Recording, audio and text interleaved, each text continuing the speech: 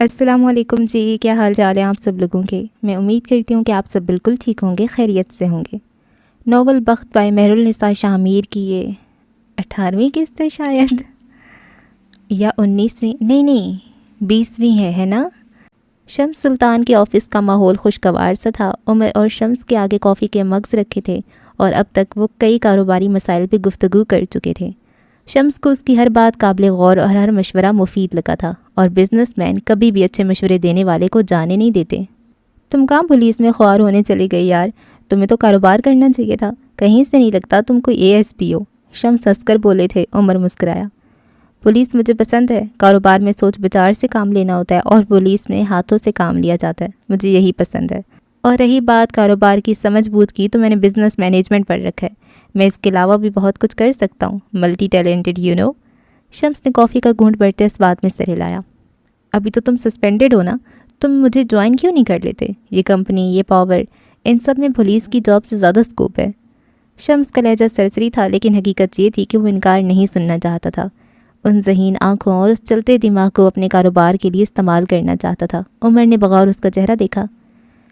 میں یہاں معاملات درست کرنے آیا ہوں، جاب لینے نہیں۔ اگر آپ کو جاب آفر کرنی ہے تو میرے گھر آنا ہوگا، اس نے کہتے ہوئے کافی کا مگ ہونٹوں سے لگایا۔ شمس کھل کر مسکرائے، دل پہ لدا بوجھ ہٹا۔ وہ گھر بلا رہا تھا، مطلب انکار نہیں کرے گا۔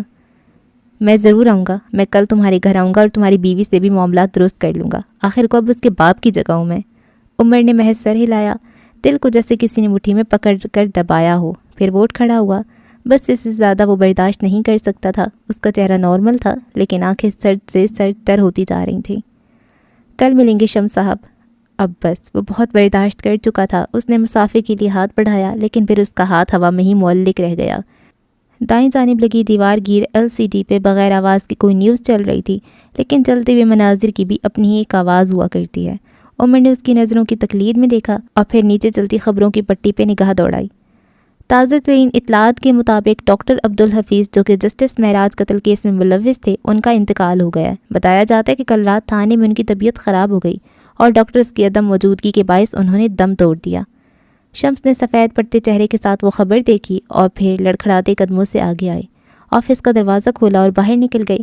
عمر بے تاثر نگاہوں سے TV کو تکتا رہا۔ اس کے ذہن میں اب بھی کئی آوازیں گونج رہی تھیں۔ ڈاکٹر کو بلاؤ شمس، عمر کو بلاؤ۔ اس کے دل کو نہ سکون ملا تھا، نہ کہیں دور اس کی روح کو قرار ملا تھا، کیونکہ وہ جانتا تھا اگر یہ سب مر جائیں تب بھی وہ جج صاحب کو واپس نہیں لا سکے گا، اور اگر رہنا ان کے بغیر ہی تھا، پھر کسی انتقام پہ کون سی خوشی، کسی بدلے پہ کون سا سکون۔ آفس کی دیواروں نے اس کے جامد وجود کو دیکھ کر رخ پھیر لیا۔ کون کم بخت عمر حیات کو اداس دیکھنا چاہے گا؟ گاڑی ایک چھوٹے سے محلے میں آ کر رکی۔ یہ محلہ نسبتاً صاف ستھرا تھا۔ گلی میں کھیلتے بچے اور گھروں سے آتی عورتوں کی آوازیں یہ ظاہر کرتی تھیں کہ یہ ایک چھوٹا سا محلہ ہے، جہاں گھروں کی دیواریں ساتھ والے گھروں سے جڑی ہوتی ہیں۔ ڈرائیور نے گاڑی کا دروازہ کھولا۔ پروا نزاکت سے باہر آئی، آنکھوں پہ لگا سیاہ چشمہ اور کوہنی پہ ٹنگا برانڈڈ بیگ، سبز ہائی ہیلز کو جما کر چلتی وہ ایک گھر کے دروازے کے باہر آ کر رکی۔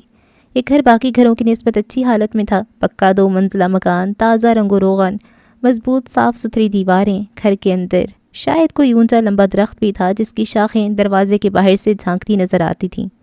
دروازہ ایک ادھیڑ عمر عورت نے کھولا۔ اس کے ہاتھ میں پہنچا تھا، شاید وہ ملازمہ تھی اور صفائی کر رہی تھی۔ نوارد کو آنے کا راستہ دے کر وہ ہٹ گئی اور اپنی مالکن کو آوازیں دینے لگی۔ پروا آس پاس نظریں دوڑاتی ہوئی اندر آئی۔ گھر کے اندر چپس کا فرش بچھا تھا۔ اس گھر میں اگر کسی شے کی بہتات تھی تو وہ پودے تھے۔ دیواروں کے ساتھ گملے میں رکھے پودے، لان میں رکھے پودے، کیاریوں میں سجے پودے، بلا شبہ یہ سبز پودے اور پھول آنے والوں کی آنکھوں کو راحت دیتے تھے۔ چھوٹا 2 منزلہ گھر صاف ستھرا اور خوبصورت تھا۔ لانگ ٹائم پروا سلطان، آواز پہ وہ مڑی۔ اس کے عقب میں وہ عورت کھڑی تھی، سنجیدہ معتبر سی عورت۔ اس کی سیاہ آنکھیں آج بھی اسی طرح چمک رہی تھیں۔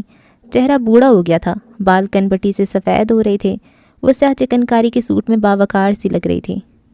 لانگ ٹائم نفیسہ حیات، وہ مسکرائی، 2 قدم آگے آئی۔ تم مجھے پہچانتی تو ہو نا؟ فروا نے اسے دیکھتے ہوئے پوچھا۔ تم نگین وہاج ہو، ہے نا؟ اور تم لیڈی ٹیانا۔ اس نے جملہ مکمل کیا تو دونوں ہلکا سا ہنستی۔ تم نے کہا تھا تم بچوں کو قرآن پڑھاتی ہو، لیکن تمہارے گھر کو دیکھ کر تو کچھ اور ہی لگتا ہے، وہ اطراف میں دیکھتے ہوئے کہہ رہی تھی۔ میں بیرسٹر تھی، اب ایک لاء کالج میں وائس پرنسپل۔ نفیسہ نے جواب دیا۔ فروا مڑی، تیز نظروں سے اس کو گھورا۔ میں بس تم سے ایک سوال کرنے آئی ہوں، صرف ایک۔ عمر کون ہے؟ اس نے ایک ایک لفظ پہ زور دیا۔ عمر وہ بچہ ہے جسے تم نے کچرے کے ڈھیر پہ پھینکوا دیا تھا۔ میں نے تم سے کہا تھا نا، دعا کرنا وہ مر جائے، اگر وہ بچ گیا تو تمہیں زندہ نہیں چھوڑے گا، لیکن لگتا ہے تمہاری دعاؤں میں اثر نہیں ہے، یا پھر عمر کے لیے میری کی گئی دعائیں زیادہ اثر انداز تھیں۔ تمہیں کیا لگتا ہے؟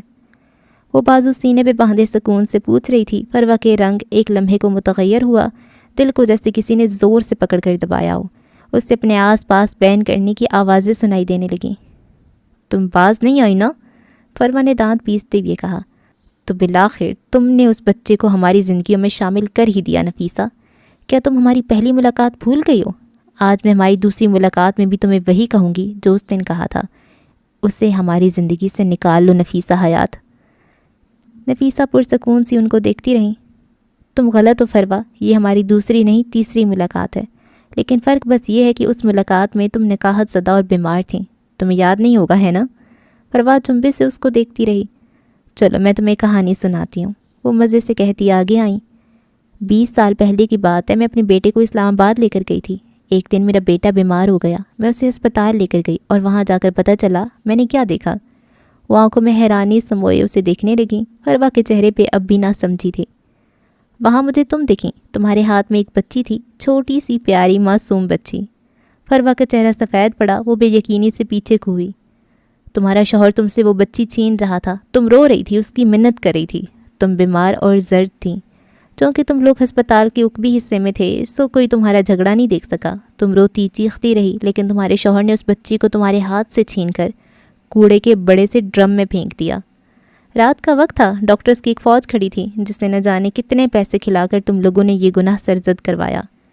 فروا لڑکھڑانے لگی۔ نفیسہ نے آگے بڑھ کر اس کی کلائی کو زور سے دبوچا، سرخ ہوتی آنکھیں اس کے چہرے پہ گاڑ دیں۔ فروا کو دیکھ کر لگتا تھا وہ ابھی مر جائے گی۔ تم نے اپنی بیٹی کو مرنے دیا کیونکہ وہ صرف تمہاری بیٹی تھی۔ فروا کے آنسو بہنے لگے۔ اولاد کا غم ایک بار پھر جان کو آنے لگا۔ وہ اس جاپانی بزنس مین کی بیٹی تھی، اس کے نقوش بڑی حد تک اپنے باپ سے ملتے تھے، لیکن وہ تمہاری بیٹی بھی تو تھی نا۔ تم نے اپنی بیٹی کو مار دیا فروا۔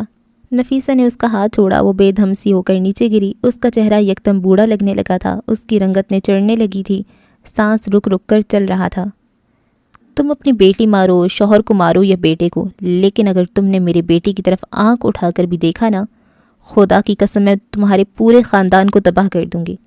میرے بیٹے کے نام میں 2 بار زندگی آتا ہے، اگر تم نے اس کی زندگی سے کھیلنے کی کوشش کی تو میں تمہارے سارے خاندان کے حصے میں موت لکھوں گی۔ اس کے سر پہ کھڑی ہو رہی تھی۔ فروا مرے مرے انداز سے واپس اٹھی، اس کی آنکھیں نیم مردہ تھیں، زبان گنگ۔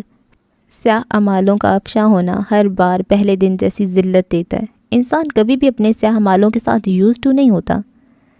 تمہاری بات کا یقین کون کرے گا؟ فروا کو اپنی آواز کسی کھائی سے آتی محسوس ہوئی، آنکھیں اب بھی مردہ تھیں، گردن اٹھانے کی سکت اس میں رہی ہی نہ تھی۔ نفیسہ مسکرائی، دل کھول کر مسکرائی۔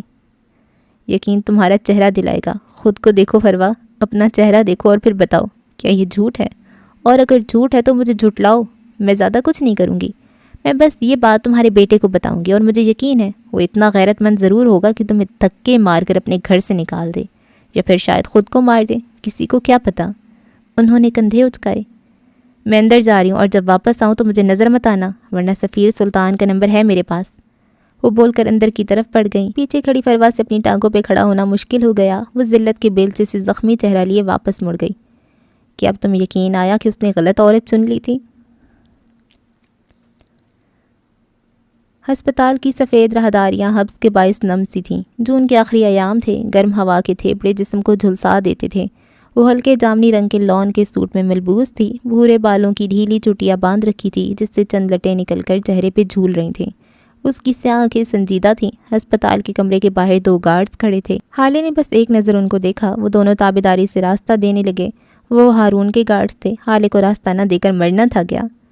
وہ پرائیویٹ روم کا پرتعش دروازہ دھکیل کر اندر آئی۔ اندر کا ماحول ایسا تھا جیسے کوئی 5 اسٹار ہوٹل کا کمرہ ہو۔ وہ سامنے ہی تھا، ہسپتال کی وردی میں بیڈ پہ لیٹا ہوا۔ اس کے چہرے پہ نیل تھے، آنکھ کے قریب ایک زخم بھی تھا۔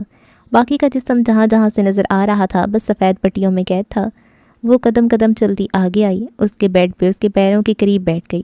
ہارون کو اس حالت میں دیکھنا دل چیر دیتا تھا۔ وہ شاید دوائیوں کے زیر اثر سو رہا تھا۔ اس کی سانولی رنگت زرد پڑ گئی تھی، سرمئی آنکھیں بند تھیں، بال جو ہمیشہ سلیقے سے جمے رہتے تھے آج وہ ذرا ذرا سے نظر آ رہے تھے، باقی سارا سر پٹیوں سے جکڑا ہوا تھا۔ تم نے کہا تھا ساری دنیا بھی اگر مجھے چھوڑ دے تو تم واحد انسان ہوگے جو میرے ساتھ رہو گے، اس نے ہلکی آواز میں کہنا شروع کیا۔ آج میں تمہیں بتانے آئی ہوں کہ اگر تم میرے ساتھ ہو تو مجھے ساری دنیا کی کوئی ضرورت نہیں۔ اس کی آنکھیں نم ہونے لگی تھیں، گلا خشک۔ تم کہتے ہو میں ٹاکسک ہوں، صحیح کہتے ہو، میں ہوں، لیکن کیا تم نے کبھی غور کیا میں ایسی کیوں ہوں؟ میں تمہارے معاملے میں ہی ٹاکسک کیوں ہوں؟ وہ گردن جھکائے ہارون کے پیروں پہ نظریں جمائے کہہ رہی تھی۔ تم 10 سال کے تھے جب رستم مر گیا، وہ تمہارا گارجین تھا، تمہارا پروٹیکٹر تھا، وہ چلا گیا تو تم اکیلے ہو گئے۔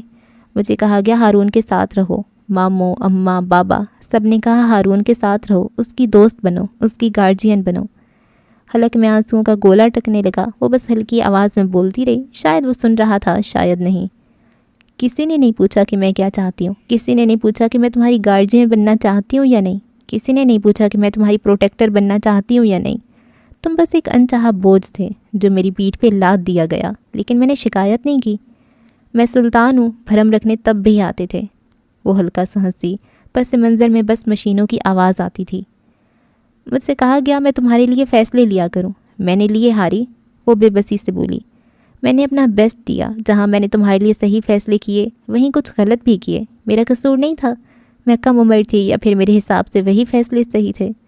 12 سال کی عمر میں نے اس بچے کا سر اس لیے نہیں پھاڑا تھا کیونکہ اس نے میری کاپی چوری کی تھی، میں نے اس کا سر اس لیے پھاڑا تھا کیونکہ میں نے اس کو تمہیں بلی کرتے دیکھا تھا، میں نے تمہیں اسکول کے واش روم میں روتے ہوئے دیکھا تھا۔ اب کے آنسو بہنے لگے، سچ شکر کہ ہارون سو رہا تھا، ورنہ اس وقت وہ دونوں رو رہے ہوتے۔ میں اس میڈم کے گھر کے باہر ہارن اس لیے نہیں بجاتی رہی کیونکہ انہوں نے مجھے ڈانٹا تھا، میں نے وہ سب اس لیے کیا کیونکہ میں جانتی تھی ان کی بیٹی نیہا تمہیں ہراساں کرتی ہے۔ وہ میرے فیصلے تھے ہارون، جو میں نے تمہیں پروٹیکٹ کرنے کے لیے کیے تھے۔ بابا اس میڈم کی بیٹی کے بارے میں جان گئے تھے، تبھی انہوں نے مجھے کچھ نہیں کہا۔ ماموں اس بچے کے بارے میں جان گئے تھے، اس لیے انہوں نے بھی مجھے کچھ نہیں کہا۔ ان سب کو لگا میں ہارون کی گارجین ہوں، جسے چاہوں فیصلے لوں، جیسے چاہوں اسے ٹریٹ کروں۔ وہ میرے بڑے تھے لیکن انہوں نے میری اصلاح نہیں کی، تمہارے لیے مجھے کھڑا کیا گیا۔ دوسروں کی ٹانگیں زیادہ دیر تک آپ کا بوجھ برداشت نہیں کر سکیں، میں بھی نہیں کر سکی، میں تھک گئی۔ اس نے شکستگی سے نفی میں سر ہلایا۔ میں تمہیں پروٹیکٹ کرتے ہوئے، تمہارے لیے فیصلے لیتے ہوئے تھک گئی، لیکن میں اس بوجھ کو اتار نہیں سکتی تھی کیونکہ میں سلطان تھی۔ وہ روتے ہوئے تلخی سے ہنسی۔ میرا رویہ تمہارے ساتھ برا ہوتا گیا، میں تم پہ حکم صادر کرنے لگی، تمہیں کنٹرول کرنے لگی، کیونکہ مجھے یہی صحیح لگتا تھا، کیونکہ مجھے بتایا گیا یہی صحیح ہے، کیونکہ کبھی کوئی میری اصلاح کے لیے آیا ہی نہیں، کیونکہ تم نے کبھی حالے کو نہ کہا ہی نہیں۔ میں گارجین بنتے بنتے ٹاکسک بن گئی، لیکن اس سب میں یہ ہوا کہ بوجھ بنی دوستی دل کی دوستی بن گئی۔ تم، ہمارا تعلق، سب ضروری ہو گیا۔ تم سے بہت محبت کرتی ہوں ہارون۔ وہ بلند آواز میں رونے لگی۔ ہارون کے ساکت ہوئے وجود میں جنبش ہوئی، اس کی آنکھ سے ایک آنسو ٹوٹ کر تکیے میں جذب ہوا تو وہ جاگ رہا تھا۔ میں تم سے محبت کرتی ہوں ہاری، بہت زیادہ، حد سے زیادہ۔ میں ایسی زندگی کا تصور بھی نہیں کر سکتی جس میں حالے کے ساتھ ہارون نہ ہو۔ مجھے تم سے محبت ہے ہارون۔ میں نے غلط فیصلے لیے ہاری، میں نے صحیح فیصلے بھی لیے، میں نے اپنی عقل، اپنی عمر کے حساب سے ہر طرح کے فیصلے لیے۔ میں نے کبھی تمہارا برا نہیں چاہا، میں نے کبھی تمہیں ہرٹ نہیں کرنا چاہا، میں کبھی بھی ٹاکسک نہیں بننا چاہتی تھی۔ میں تم سے بہت محبت کرتی ہوں ہارون، میں تم سے بہت محبت کرتی ہوں، میں تمہیں کھونا نہیں چاہتی۔ وہ بری طرح روتی ہوئی کہہ رہی تھی۔ ڈاکٹر نے کہا ہارون مر گیا، مجھے لگا ساری دنیا مر گئی۔ اچھا یہ بکواس کی اس نے؟ وہ پٹ سے آنکھیں کھولے اٹھ بیٹھا۔ ذرا پوچھو تو اس سے، میری تتلی والی پینٹنگ اس کا باپ پوری کرے گا؟ حالے نما کو اس سے ہنستی، کھلکھلا کر دل سے۔ وہ اسی طرح لیٹے لیٹے اس کو ہنستے ہوئے دیکھتا رہا۔ تم جاگ رہے تھے نا بدتمیز؟ وہ آنسو صاف کرتے ہوئے بولی۔ درد بہت ہے، سونے کہاں دیتا ہے؟ وہ آرام سے بولا، حالے کے دل کو کچھ ہوا، وہ جانتی تھی وہ تکلیف میں ہے۔ کیا زیادہ درد ہے؟ اسے فکر لاحق ہوئی۔ ہارون نے نفی میں سر ہلایا۔ زیادہ نہیں، بس کمر اٹھنے نہیں دیتی، سر میں ٹیسیں اٹھتی ہیں، بازو الگ ٹوٹا ہوا ہے، صحیح کھیل گئی فروا چڑیل۔ وہ بڑبڑایا، حالے نہ چاہتی بھی ہنستی۔ تمہیں کس نے کہا تھا اس سے پنگا لینے کو؟ عمر نے بتایا مجھے کہ تم نے اس کے سر پہ بندوق رکھ دی، یہ تو ہونا ہی تھا، وہ مزے سے بولی۔ وہ دونوں نارملی باتیں کر رہے تھے۔ ایک سچی اور کھری دوستی میں ناراضگی کے بعد اگر صلح ہو جائے تو فارمیلٹیز کہیں بہت پیچھے رہ جاتی ہیں، پچھلی باتیں خود بخود ذہن سے محو ہونے لگتی ہیں۔ دل میں نئی جگہیں اور نئی برداشت پیدا ہو جاتی ہے، قربانی اور اثار پہلے سے زیادہ بڑھ جاتا ہے۔ بس شرط یہ ہے کہ دوستی سچی اور کھری ہو۔ ویسے تمہیں زیادہ رحم نہیں آیا اس میڈم کے ساتھ یہ سب کرتے ہوئے؟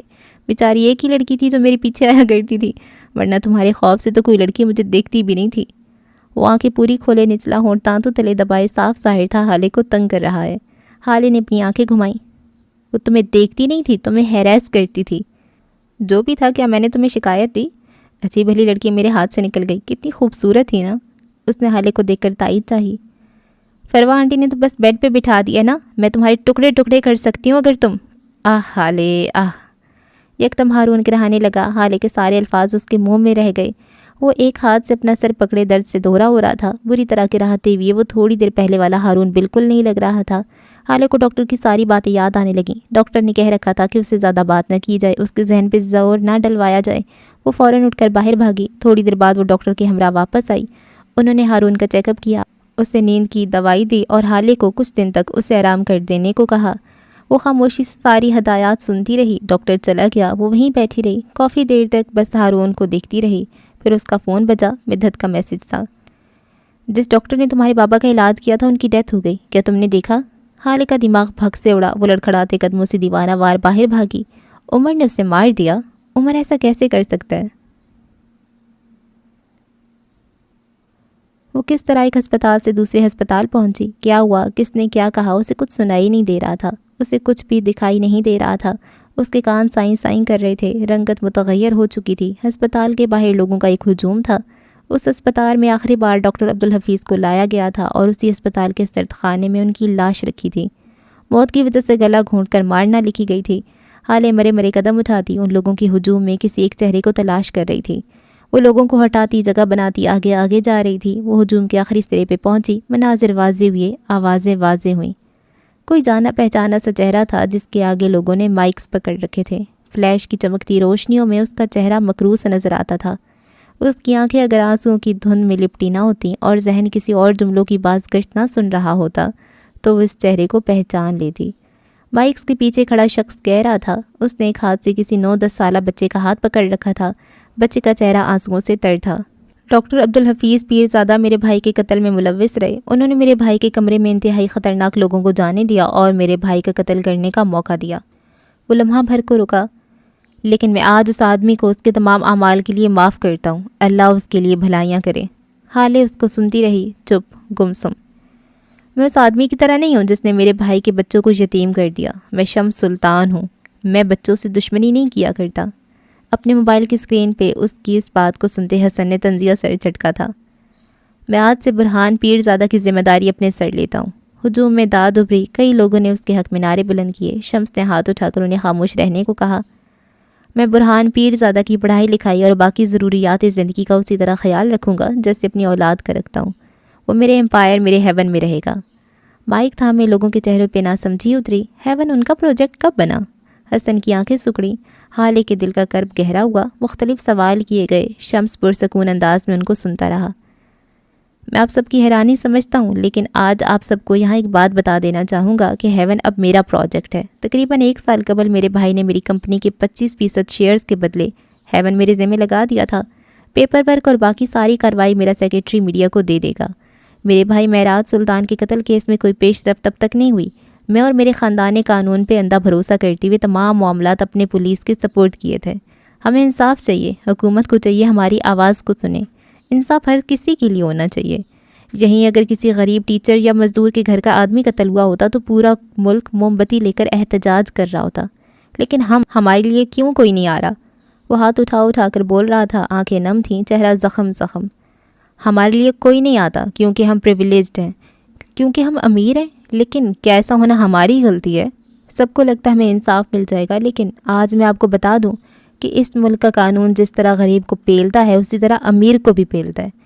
لیکن ہم پھر بھی قانون پہ اعتبار کیے بیٹھے ہیں کہ ایک نہ ایک دن ہمیں انصاف ضرور ملے گا، اور ہمیں امید ہے کہ ایک دن ایسا ضرور ہوگا۔ Enough for today. وکٹری کا نشان دکھاتا وہ اپنے لوگوں کی مویت میں نکلتا چلا گیا۔ حالے اسی طرح دھند میں لپٹی آنکھوں کے ساتھ اس کو جاتا دیکھتی رہی۔ یکدم لوگوں کی نظر حالے سلطان پہ پڑی۔ کیمروں اور مائکس کا رخ اس کی جانب کیا گیا۔ وہ غائب دماغی سے ان کو دیکھتی رہی۔ مختلف سوالات، مختلف جملے۔ مسز ہالے، آپ کے شوہر ASP عمر حیات کیا اب بھی اس بات پہ قائم ہے کہ انہوں نے آپ کو اغوا کیا تھا؟ مسز ہالے، کیا عمر حیات آپ کو کسی دھمکی کے تحت اپنے ساتھ رکھا ہوا ہے؟ کیا آپ اپنے باپ کے قاتلوں کے بارے میں کچھ جانتی ہیں؟ آپ اپنے چچا کے ساتھ کیوں نہیں تھیں؟ کیا آپ کے تعلقات درست نہیں ہیں؟ آپ کے والد نے ہیون پروجیکٹ آپ کے چچا کے حوالے کیوں کیا؟ کچھ بولے مسز ہالے؟ اس کے منہ سے ایک لفظ بھی نہیں نکلا۔ اسی وقت ہجوم میں سے کوئی آیا۔ ہالے نے پلکیں جھپکیں۔ وہ دراز قد سے آنکھوں والا آدمی تھا۔ وہ میڈیا کے بندوں کو ہٹاتا ہوا آگے آ رہا تھا۔ اس نے ہالے کے گرد اپنا بازو پھیلا لیا اور اسی طرح اس سے اپنے بازو کے حلقے میں لیے آگے بڑھنے لگا، اس شور، اس ہجوم سے دور۔ لوگ ان کے پیچھے بھاگ رہے تھے، سوال کر رہے تھے۔ ہالے کو اپنے کان بند ہوتے محسوس ہوئے۔ وہ بس اس آدمی کی گرفت میں مضبوط قدم اٹھاتی آگے جا رہی تھی۔ عمر ایک ہاتھ سے لوگوں کو ہٹاتا جا رہا تھا اور دوسرا ہاتھ ہالے کے کندھے پہ تھا۔ اس کا چہرہ سنجیدہ سپاٹ تھا۔ اس نے اپنی گاڑی کے قریب پہنچ کر دروازہ کھولا اور ہالے کو اندر بٹھانے لگا۔ دفعتاً وہ رکی، گردن اونچی کر کے عمر کو دیکھا جیسے کہنا چاہتی ہو مجھے بات کرنے دو۔ پس منظر میں رپورٹرز کا شور تھا۔ عمر نے کندھے ڈھیلے چھوڑ دیے، آنکھوں ہی آنکھوں سے اسے اجازت تھی۔ وہ گردن کڑائی ہوئے آگے آئی۔ رپورٹرز ٹوٹ پڑے، لاتعداد سوال، آوازیں گڈ مڈ ہونے لگیں۔ میں یہاں صرف ان سوالوں کے جواب دوں گی جن کے دینا چاہوں گی۔ وہ سینے پہ ہاتھ باندھے گویا ہوئی، اگر آپ لوگوں میں سے کسی کی بھی آواز اب آئی تو میں واپس چلی جاؤں گی۔ مجمع میں پن ڈراپ سائلنس پھیل گیا۔ وہ اسے بولنے دینا چاہتے تھے، ان کو سرخیاں چاہیے تھی۔ پہلی بات، میرے اور میرے چچا کے درمیان کوئی بدمزگی نہیں ہے۔ وہ میری یہاں آمد سے بے خبر تھے، اس لیے میں ان کے ساتھ نہیں تھی۔ میرے بابا کے قاتلوں کے بارے میں اگر میں کچھ جانتی ہوتی تو اب تک اس طرح خاموش نہ بیٹھی ہوتی۔ میرے بابا نے ہیون پروجیکٹ میرے چچا کو کیوں دیا؟ یہ ہمارے گھر کا معاملہ ہے۔ اس وقت ملکی معاملہ میرے بابا کا قتل ہے۔ آپ اس سب پہ توجہ دیں۔ اور ایک آخری بات، اس نے ایک نظر مجمع کو دیکھا، پھر اپنے ساتھ کھڑے عمر حیات کو۔ ASP عمر حیات میرے اغوا میں شامل نہیں تھے۔ میرا الزام بے بنیاد تھا۔ رپورٹرز پہنچ کے رہ گئے۔ عمر نے اتنی زور سے گردن موڑ کے اس کو دیکھا کہ گردن کے چٹکنے کی آواز آئی۔ میرے سامنے ایسے حالات رکھے گئے، واقعات ایسے ہو گئے کہ مجھے غلط فہمی ہو گئی، لیکن آج میں آپ سب کے سامنے یہ بتانا چاہتی ہوں کہ ASP عمر حیات کسی بھی طرح سے میرے مجرم نہیں ہیں۔ عمر بس اس کو دیکھے گیا۔ کبھی یہ عورت بھرے مجمع میں اس پہ الزام لگاتی تھی اور کبھی بھرے مجمع میں ان الزاموں کی تردید کرتی تھی۔ وہ اس کی تردید پہ خوش ہوا تھا، لیکن حقیقت یہ تھی کہ وہ الزام لگاتی ہوئے بھی کبھی بری نہیں لگی تھی۔ میں پولیس کے اعلیٰ حکام سے گزارش کروں گی کہ عمر حیات کے لیے ایک فیئر انکوائری بٹھائی جائے، جس میں خود آ کر ان تمام الزامات کی ایک بار پھر تردید کروں گی۔ ملک کو ایک قابل اور ہونہار آفیسر کو نہیں کھونا چاہیے۔ وہ بول کر ہٹی، گاڑی کے کھلے دروازے سے اندر جا کر بیٹھی۔ عمر سر جھٹکتا دوسری طرف سے گھوم کر آیا۔ رپورٹرز بالکل فلموں اور ڈراموں کی طرح بس ایک سوال کی رٹ لگاتے ان کے پیچھے کافی دور تک گئے۔ گاڑی نظروں سے اوجھل ہو گئی۔ لوگ وہیں کھڑے رہے، اپنے اپنے کیمروں کی طرف منہ کیے، تازہ ترین صورتحال بتاتے ہوئے۔ گاڑی عمر حیات کے بنگلے کے باہر آ کر رکی۔ ان دونوں نے سارے راستے ایک دوسرے سے کوئی بات نہیں کی تھی۔ ہالے آنکھیں موندے سیٹ کی پشت سے ٹیک لگائے بیٹھی رہی۔ عمر اپنی طرف سے اترنے لگا، لیکن ہالے کی آواز پہ ٹھہر گیا۔ تم نے اسے قتل نہیں کیا؟ کہہ دو تم نے یہ نہیں کیا۔ وہ بند آنکھوں سے بڑبڑائی، میں نے نہیں کیا۔ قتل وہ واحد چیز ہے جو عمر نہیں کر سکتا۔ آپ کو میرا یقین کرنا تو کریں، ورنہ مجھے پرواہ نہیں۔ ہالے اسی طرح بیٹھی رہی۔ تم جھوٹ بول رہے ہو۔ اگر تم سچے ہو تو کل رات جو ہوا وہ کیا تھا؟ یا تو کل رات جھوٹی تھی یا تم اب جھوٹ بول رہے ہو۔ تم جھوٹے ہو عمر۔ اس کی آنکھیں ہنوز بند تھیں، چہرے پہ گہرا صدمہ، بے یقینی اور تھکان تھی۔ کل رات وہ عمر سے اپنے بچپن کی باتیں کرتی ہوئی کب سوئی اسے پتہ بھی نہیں چلا۔ رات کے قریب 3 بجے اس کی آنکھ گاڑی کی آواز سے کھلی۔ وہ مندی آنکھیں لیے اٹھ کر بالکنی تک آئی۔ یہاں سے پورچ کا منظر نظر آتا تھا، لیکن جو منظر اس نے دیکھا وہ اس کی روح کھینچ لینے کے لیے کافی تھا۔ وہ عمر حیات تھا۔ اس کے ہاتھ میں ایک بھاری ہتھوڑا تھا جس سے خون کی بوندیں اب بھی ٹپک رہی تھیں۔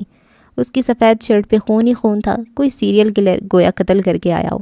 اس کا چہرہ عجیب تھا، بے حد عجیب، غیر انسانی سا، سخت اور بے تاثر۔ اپنے اوپر کسی کی نظروں کا ارتکاز محسوس کرتی ہوئی اس نے آنکھیں اٹھا کر اوپر دیکھا، لیکن اس کی آنکھوں میں کچھ نہ ابھرا، نہ گلٹ، نہ خوف، کچھ بھی نہیں۔ وہ چند پل بے تاثر نگاہوں کے ساتھ اس کو دیکھتا رہا، پھر مڑ گیا۔ حالے اسی جگہ کھڑی رہی، ساکن شل۔ وہ بس اس کے خون سے بھرے ہاتھ دیکھتی رہی تھی اور سفید شرٹ جو سرخ داغوں سے بھری تھی۔ اسے آج عمر سے خوف آیا تھا۔ صبح اٹھ کر وہ اس کے ساتھ نارمل رہا، یوں گویا وہ اس کے معاملات میں دخل نہیں دینا چاہتی تھی، یا پھر اسے لگتا تھا عمر خود بتا دے گا۔ لیکن آج ڈاکٹر عبدالحفیظ پیرزادہ کی موت کی خبر سن کر اسے یقین سا ہو چلا تھا کہ کچھ ہے جو عمر نے کیا ہے، یا تو وہ قتل ہے یا پھر قتل میں شراکت داری۔ موجودہ لمحہ، آپ کو لگتا ہے میں قتل کر سکتا ہوں؟ ایک بار میری آنکھوں میں دیکھ کر بول دیں کہ میں قاتل ہوں۔ وہ چہرہ اس کی طرف کیے سنجیدگی سے پوچھ رہا تھا۔ حالے چند لمحہ گیلی آنکھوں سے اس کو دیکھتی رہی، پھر دھیرے سے نفی میں سر ہلا دیا۔ تم قاتل نہیں ہو سکتے عمر، قاتل نہیں ہو سکتے۔ مجھے بتاؤ حقیقت کیا ہے، کچھ بولو عمر، مجھے صفائی دو۔ وہ پھوٹ پھوٹ کر رو پڑی۔ عمر اذیت سے اس کو دیکھتا رہا۔ میں نے کوئی قتل نہیں کیا، اس نے ایک ایک لفظ پہ زور دیا۔ ہاں میں کل رات وہاں گیا تھا، ہتھوڑی پہ لگا وہ خون اصلی تھا، لیکن میں نے اسے مارا نہیں، میں نے بس اس کی ٹانگیں مفلوج کی تھیں تاکہ وہ اب کسی بھی مریض کی پکار پہ نہ جا سکے، کیونکہ وہ اس لائق ہی نہیں تھا۔ حالے نے چہرہ اٹھا کے اس کو دیکھا، آنسو تھمنے لگے، وضاحتوں پہ یقین آنے لگا۔ وہ تھانے سے چھوٹنے والا تھا، 2 دن بعد وہ علاج کے بہانے ملک سے باہر جانے والا تھا اور میں اسے جانے نہیں دے سکتا تھا۔ اس کی وجہ سے میرا واحد رشتہ مجھ سے چھوٹ گیا، کیا میں اسے جانے دیتا؟ حالے نے ایک بار پھر نفی میں سر ہلا دیا۔ ڈاکٹر کی موت خون بہنے سے نہیں ہوئی، اسے کسی نے گلا گھونٹ کر مارا ہے، اسے مرنا تھا، یہ طے تھا۔ اب اگر آپ کی آنکھوں سے ایک بھی آنسو نکلا تو مجھ سے برا کوئی نہیں ہوگا، وہ سختی سے کہتا اپنی جانب سے اتر آیا، پھر گھوم کر حالے کی جانب سے دروازہ کھولا۔ وہ آہستگی سے نیچے اتر آئی اور دونوں اندر کی جانب بڑھ گئے۔ ایک ایک اپنے انجام کو پہنچے گا، یہ طے تھا۔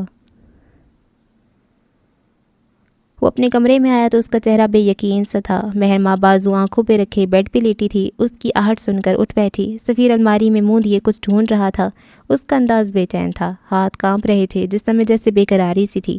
مہر خاموشی سے اس کی ساری کارروائی دیکھتی رہی۔ اس کا حلیہ ابتر تھا، بال بکھرے ہوئے، آنکھیں خشک اور سرخ تھیں۔ سفیر ہنوز اپنی الماری میں کچھ ڈھونڈ رہا تھا۔ کیا ڈھونڈ رہے ہو تم؟ اس کی خشک آواز پہ سفیر کے ہاتھ تھم گئے۔ اس نے مڑ کر حیرانی سے مہر کو دیکھا، وہ بیڈ سے اٹھ کر اس کے قریب آ رہی تھی۔ کیا ہوا، برا لگ رہا ہے؟ زہر لگ رہی ہوں میں، لیکن اپنے بارے میں کیا خیال ہے تمہارا؟ وہ تندی سے پوچھ رہی تھی۔ یہ کس طرح بات کری ہو تم مجھ سے؟ شوہر ہوں تمہارا، کیا ساری تمیز بھول گئی ہو؟ اوہ دا گریٹ، دا لیجنڈ سفیر شمس سلطان کو یاد آ گیا کہ ان کی کوئی بیوی بھی ہے، ہاں؟ وہ پھنکاری۔ سفیر کے لیے یہ مہربان نہیں تھی، وہ مارے شوق کے کچھ کہہ ہی نہ سکا۔ کیا ہے اس حالے میں ایسا جو تم مجھے نہیں دیکھتے ہو؟ بلند آواز میں چلائی۔ تم نے مجھے میری بہن سے نفرت کرنے پہ مجبور کر دیا، میں گھر توڑنے والی بن گئی ہوں، میں نے اپنی بہن کا گھر خراب کرنے کی کوشش کی، میں نے تمہارے لیے ساری دنیا چھوڑی، خدا چھوڑا، لوگ چھوڑے، کریئر چھوڑا، اور تم نے کیا دیا مجھے؟ کیا کیا تم نے میرے لیے؟ میں نے تم سے یہ سب کرنے کو نہیں کہا تھا، سفیر نے اس کو ناگواری سے ٹوکا۔ لیکن میں نے کیا نا، وہ پہلے سے زیادہ بلند آواز میں دھاڑی۔ میں نے یہ سب کیا کیونکہ میں تم سے محبت کرتی ہوں، میں نے تمہارے لیے ساری زندگی قربانی دی، کیا میں محبت کی ایک نظر ڈیزرو نہیں کرتی؟ وہ مارے بے بسی کے رو پڑی۔ ہاں نہیں ہوں میں حالے جیسی، وہ اعلیٰ ہے میں کمتر ہوں، وہ حسین ہے میں ویسی نہیں ہوں، لیکن تم میری محبت تو دیکھو، تم میرا جنون دیکھو، کیا میں تمہاری ذرا سی توجہ کی حقدار نہیں ہوں؟ سفیر بس اس کو دیکھتا رہا۔ میں اچھی بھلی جاب کرتی تھی، میرا فیوچر، میرا کریئر سب روشن تھا، لیکن میں نے تمہاری خاطر سب چھوڑا، میرے لیے تم سے زیادہ اہم کچھ بھی نہیں تھا، کچھ بھی نہیں تھا۔ کیا حالے دے گی تمہیں ایسی محبت؟ کیا کوئی کرے گا تم سے ایسی محبت؟ اس کی آواز بلند سے بلند ہوتی جا رہی تھی، حلق دکھ رہا تھا، آنکھیں سرخ انگارہ ہو رہی تھیں۔ تم اس کے خواب دیکھو، اس کو سوچو، اس کو چاہو، مجھے فرق نہیں پڑتا، چاہے تم میرے وجود میں اس کو ڈھونڈو، لیکن مجھے اپنے قریب رکھو پلیز، میں تم سے بہت محبت کرتی ہوں سفیر، میں تمہارے بغیر زندگی نہیں گزار سکتی، میں نے تم پہ، تم سے جڑے خوابوں پہ ایک عمر خرچ کی ہے، تم مجھے ایسے کیسے چھوڑ سکتے ہو؟ تم میرے ساتھ ایسا کیسے کر سکتے ہو؟ وہ اسی طرح بہتے آنسوؤں کے درمیان کہتی رہی۔ سفیر سن ہوا، اسے سنے گیا۔ تم قاتل ہو، ڈرگ ایڈکٹ ہو، لیکن کیا میں نے کبھی تم سے کچھ کہا؟ کیا میں نے تمہیں کبھی چھوڑا؟ تم مجھے اپنے پیروں میں رکھ لو، اگر میں اس کو بھی اعزاز سمجھ سکتی ہوں، تم خدا کے لیے مجھ سے محبت کرو، تمہیں خدا کا واسطہ مجھے حالے والی نظر سے دیکھو۔ وہ بلک بلک کر رونے لگی تھی۔ سفیر کو بے اختیار اس پہ ترس آیا۔ ہاں وہ ترس ہی تھا، اس کے بال بکھرے ہوئے اور لباس ملگجا تھا، اس کے چہرے پہ صاف لکھا تھا کہ وہ بھیک مانگ رہی ہے، اور امیروں کی خصلت ہوتی ہے، وہ بھیک دے دیا کرتے ہیں۔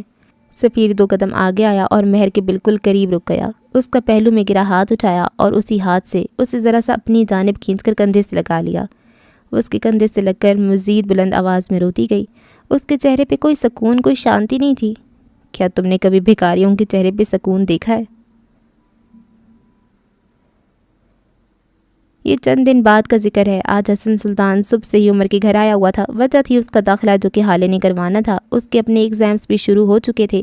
کل اس کا پہلا پرچہ تھا۔ عمر اور حسن باہر لاؤنج میں بیٹھے تھے۔ حالے اپنے کمرے میں تیار ہو رہی تھی۔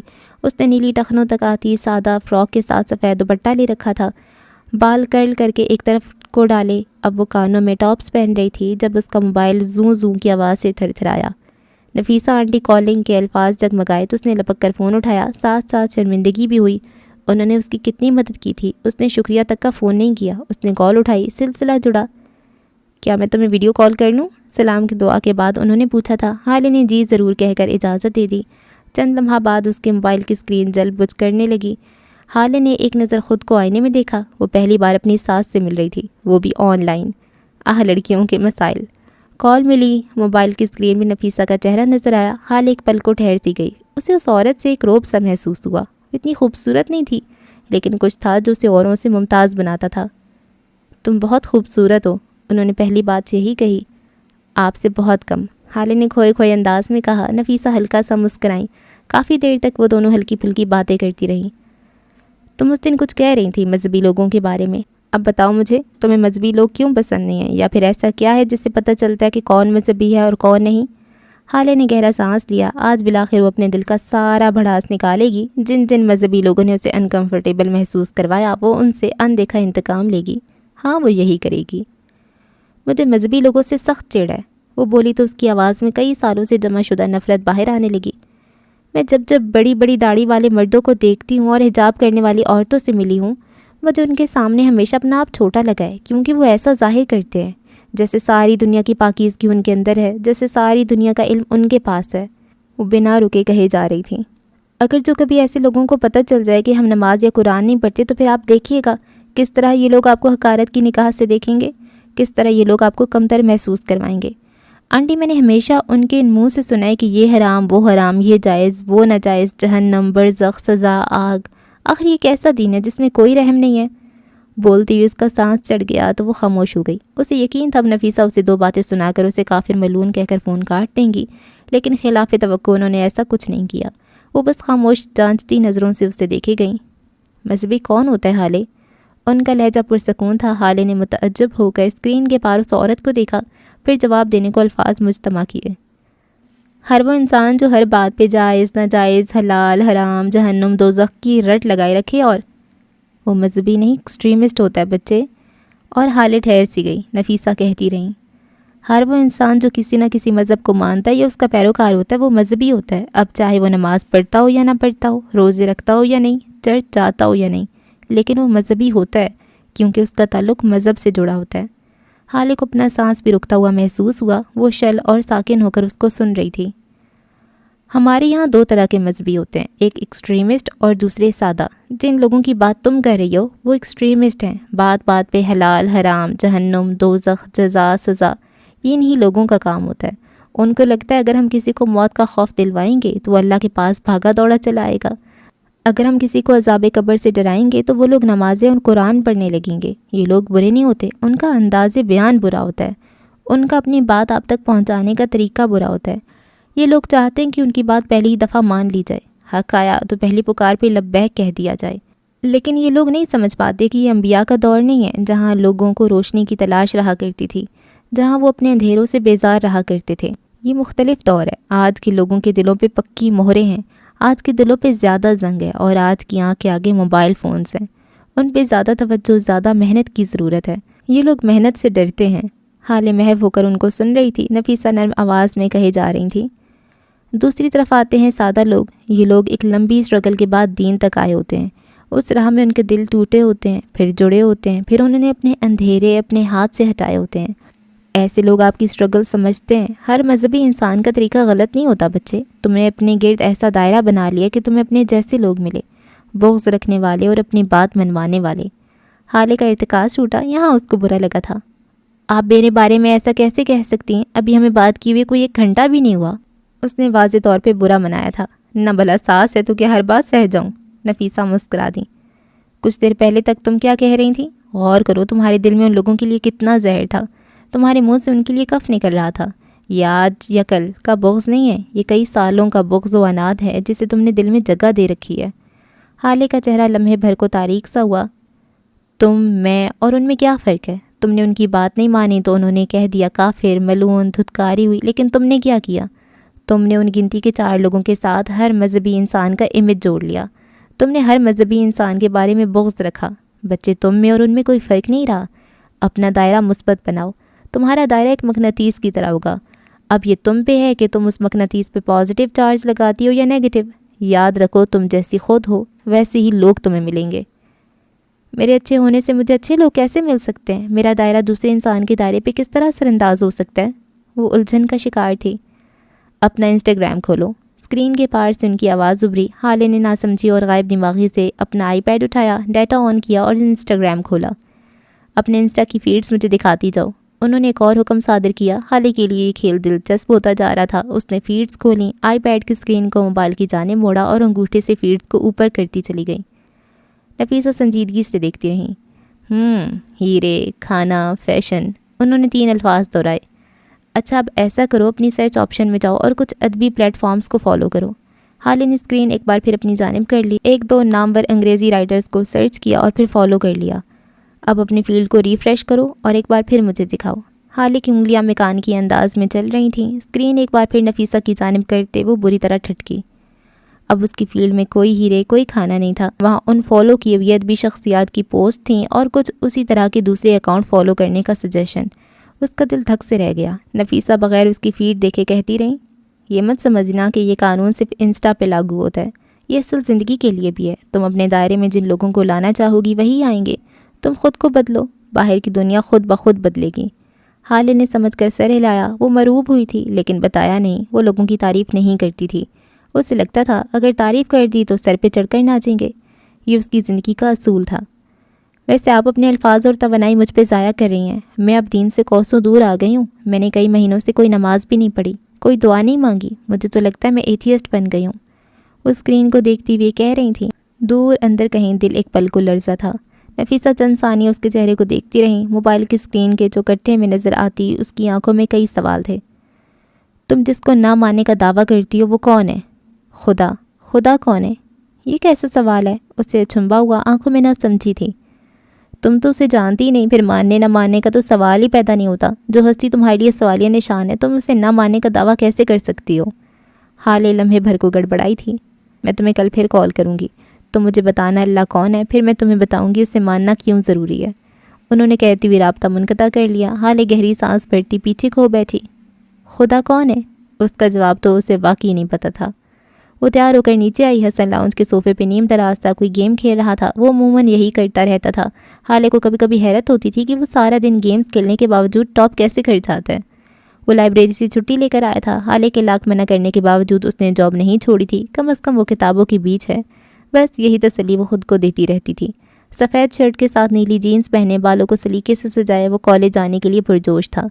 ایک گھنٹے بتاؤ میں کیسی لگ رہی ہوں؟ وہ اپنے پرس میں چیزیں ڈالتی مصروف سے پوچھ رہی تھی. حسن نے سر نہیں اٹھایا. تم حسن پری, تم جانے جہاں, تم سب سے حسین. اوف بکو مت, حالے نے چڑھ کر اسے ٹوکا. ادھر دیکھو مجھے اور بتاؤ کیسی لگ رہی ہوں میں. پتہ ہے نا آج ہمارے آدھے رشتہ دار اور جانے والے اسی کالج آئیں گے. وہ اب اس کے بالکل سامنے کھڑی تھی. حسن نے موبائل ایک طرف رکھ کر گہری سانس بھری. وہ جانے کے لیے لیٹ ہو رہے تھے اور یہاں اس کی بہن بس ٹھیک ہی لگ رہی تھی. اس نے بازو سینے پہ باندھے. وہ جو 6 فٹ 1 انچ کے مرد سے تمہاری شادی کروائی ہے اس سے جا کر پوچھو نا. میں اب مزید تمہاری جھوٹی تعریف نہیں کر سکتا. حسن, وہ بری قوت سے چیخی. حسن نے اپنے دونوں ہاتھ سرنڈر کرنے کے انداز میں اٹھا لیے. اب کہ اس نے خالص دیسی بھائی بہنوں والا انداز اپنا لیا. اوکے کول, تو بہت پیاری لگ رہی ہو سچ میں. تمہارا آئی لائنر, تمہارا میک اپ اور تمہارا بلش آن. ایک منٹ. وہ جو اپنی تعریفیں خوشی خوشی سمیٹ رہی تھی اس کی آخری بات پہ ٹھہر گئی. گدھے گینڈے, میں نے بلش آن لگایا ہی کب ہے؟ وہ غراتی ہوئے بولی. اسی پل عمر لاؤنج کے دروازے پہ نمودار ہوا. وہ دیکھو آ گیا تمہارا 6 فٹیا. وہ مزے سے کہتی ہوئی اٹھا اور چھپاک سے باہر بھاگا. حالے نے بمشکل اپنا غصہ قابو کیا, پھر عمر کی جانب مڑی. وہ نیلی بٹنوں والی شرٹ کے ساتھ اسی رنگ کی جینز پہنے آستینوں کو موڑے تیار کھڑا تھا. حالے نے آنکھیں چھوٹی کر کے اس کو دیکھا. یہ لاڈ صاحب کیوں اتنا تیار ہو کر جا رہا ہے؟ حقیقت تھی کہ وہ اچھا لگ رہا تھا. زہر لگ رہے ہو, اس کے پاس سے گزرتی ہوئی کہتی چلی گئی. عمر مسکرایا. اس کا مطلب ہے اچھا لگ رہا ہوں. وہ اپنی تیاری کو داد دیتا باہر نکل گیا. وہ دونوں ایک دوسرے کی لغت خوب سمجھتے تھے. تھوڑی دیر بعد وہ تینوں گاڑی میں بیٹھے کالج کی جانب جا رہے تھے. دفتر عمر کا فون بجا. لیل کالنگ کے الفاظ جگمگائے. پچھلی سیٹ پہ ذرا آگے کو ہوئے بیٹھے حسن کی زیرک نگاہوں نے فوراً سے پہلے نام پڑھ لیا. دل زخم ہوا. خبردار جو اس بے وفا عورت کا فون اٹھایا ہو تو میری محبت کی ذرا جو قدر کی ہو اس نے. زخمی انداز میں بولا۔ عمر نے اس پہ لعنت بھیجتے ہوئے کال اٹینڈ کر لی۔ حسن بھی پھر سا گیا۔ تم دیکھ رہی ہو نا اپنے شوہر کو کیسے میرا دل جلا رہا ہے، اور یہ عورت پورے 25 منٹ محبت کی تھی میں نے اس سے، کیا صلہ دیا؟ دھوکہ، بے وفائی۔ مجھے تو اب لگتا ہے میں ساری زندگی کسی سے محبت نہیں کر سکوں گا۔ وہ اداکاری میں کمال رکھتا تھا۔ حالے کی نظریں اپنے موبائل پہ جمی رہیں۔ پچھلے کچھ مہینوں تک مدت تمہاری پہلی اور آخری محبت تھی، ہے نا؟ حالے کے میٹھے طنز پہ حسن گڑبڑا سا گیا۔ ہاں تو اس کی شادی ہو گئی ہے، اب کیا ساری زندگی اس کا جوک لے کر بیٹھا رہوں؟ میں نے موو آن کر لیا ہے۔ اس بار بھی موو آن کر لو، سمپل۔ حالے نے چٹکیوں میں حل نکالا تھا۔ حسن کچھ کہتا پھر رک گیا۔ کالج آ گیا تھا، اس کے چہرے پہ سایہ سا لہرایا۔ لمحے کے 1000ویں حصے میں عمر نے اس کا تاریک پڑتا چہرہ دیکھ لیا تھا۔ آپ اندر چلیں، میں اور حسن گاڑی پارک کر کے آتے ہیں، اس نے حالے سے کہا۔ وہ سر ہلاتی ہوئے اپنا پرس اٹھائے باہر نکل گئی۔ عمر گاڑی سے باہر آیا، شہر کے سب سے بڑے اور مہنگے کالج کی بلند مغرور عمارت کو دیکھا۔ حسن اس کے پیچھے ہی باہر آیا تھا۔ کیا تم اس کالج میں نہیں پڑھنا چاہتے؟ عمر نے گردن موڑ کے اس کو دیکھا۔ حسن نے جواب نہیں دیا۔ تمہارے سبجیکٹس کیا ہیں؟ تم کس چیز میں داخلہ لینے آئے ہو؟ وہ اب سنجیدہ تھا۔ حسن نے گردن اٹھا کے اس کے چہرے کو دیکھا۔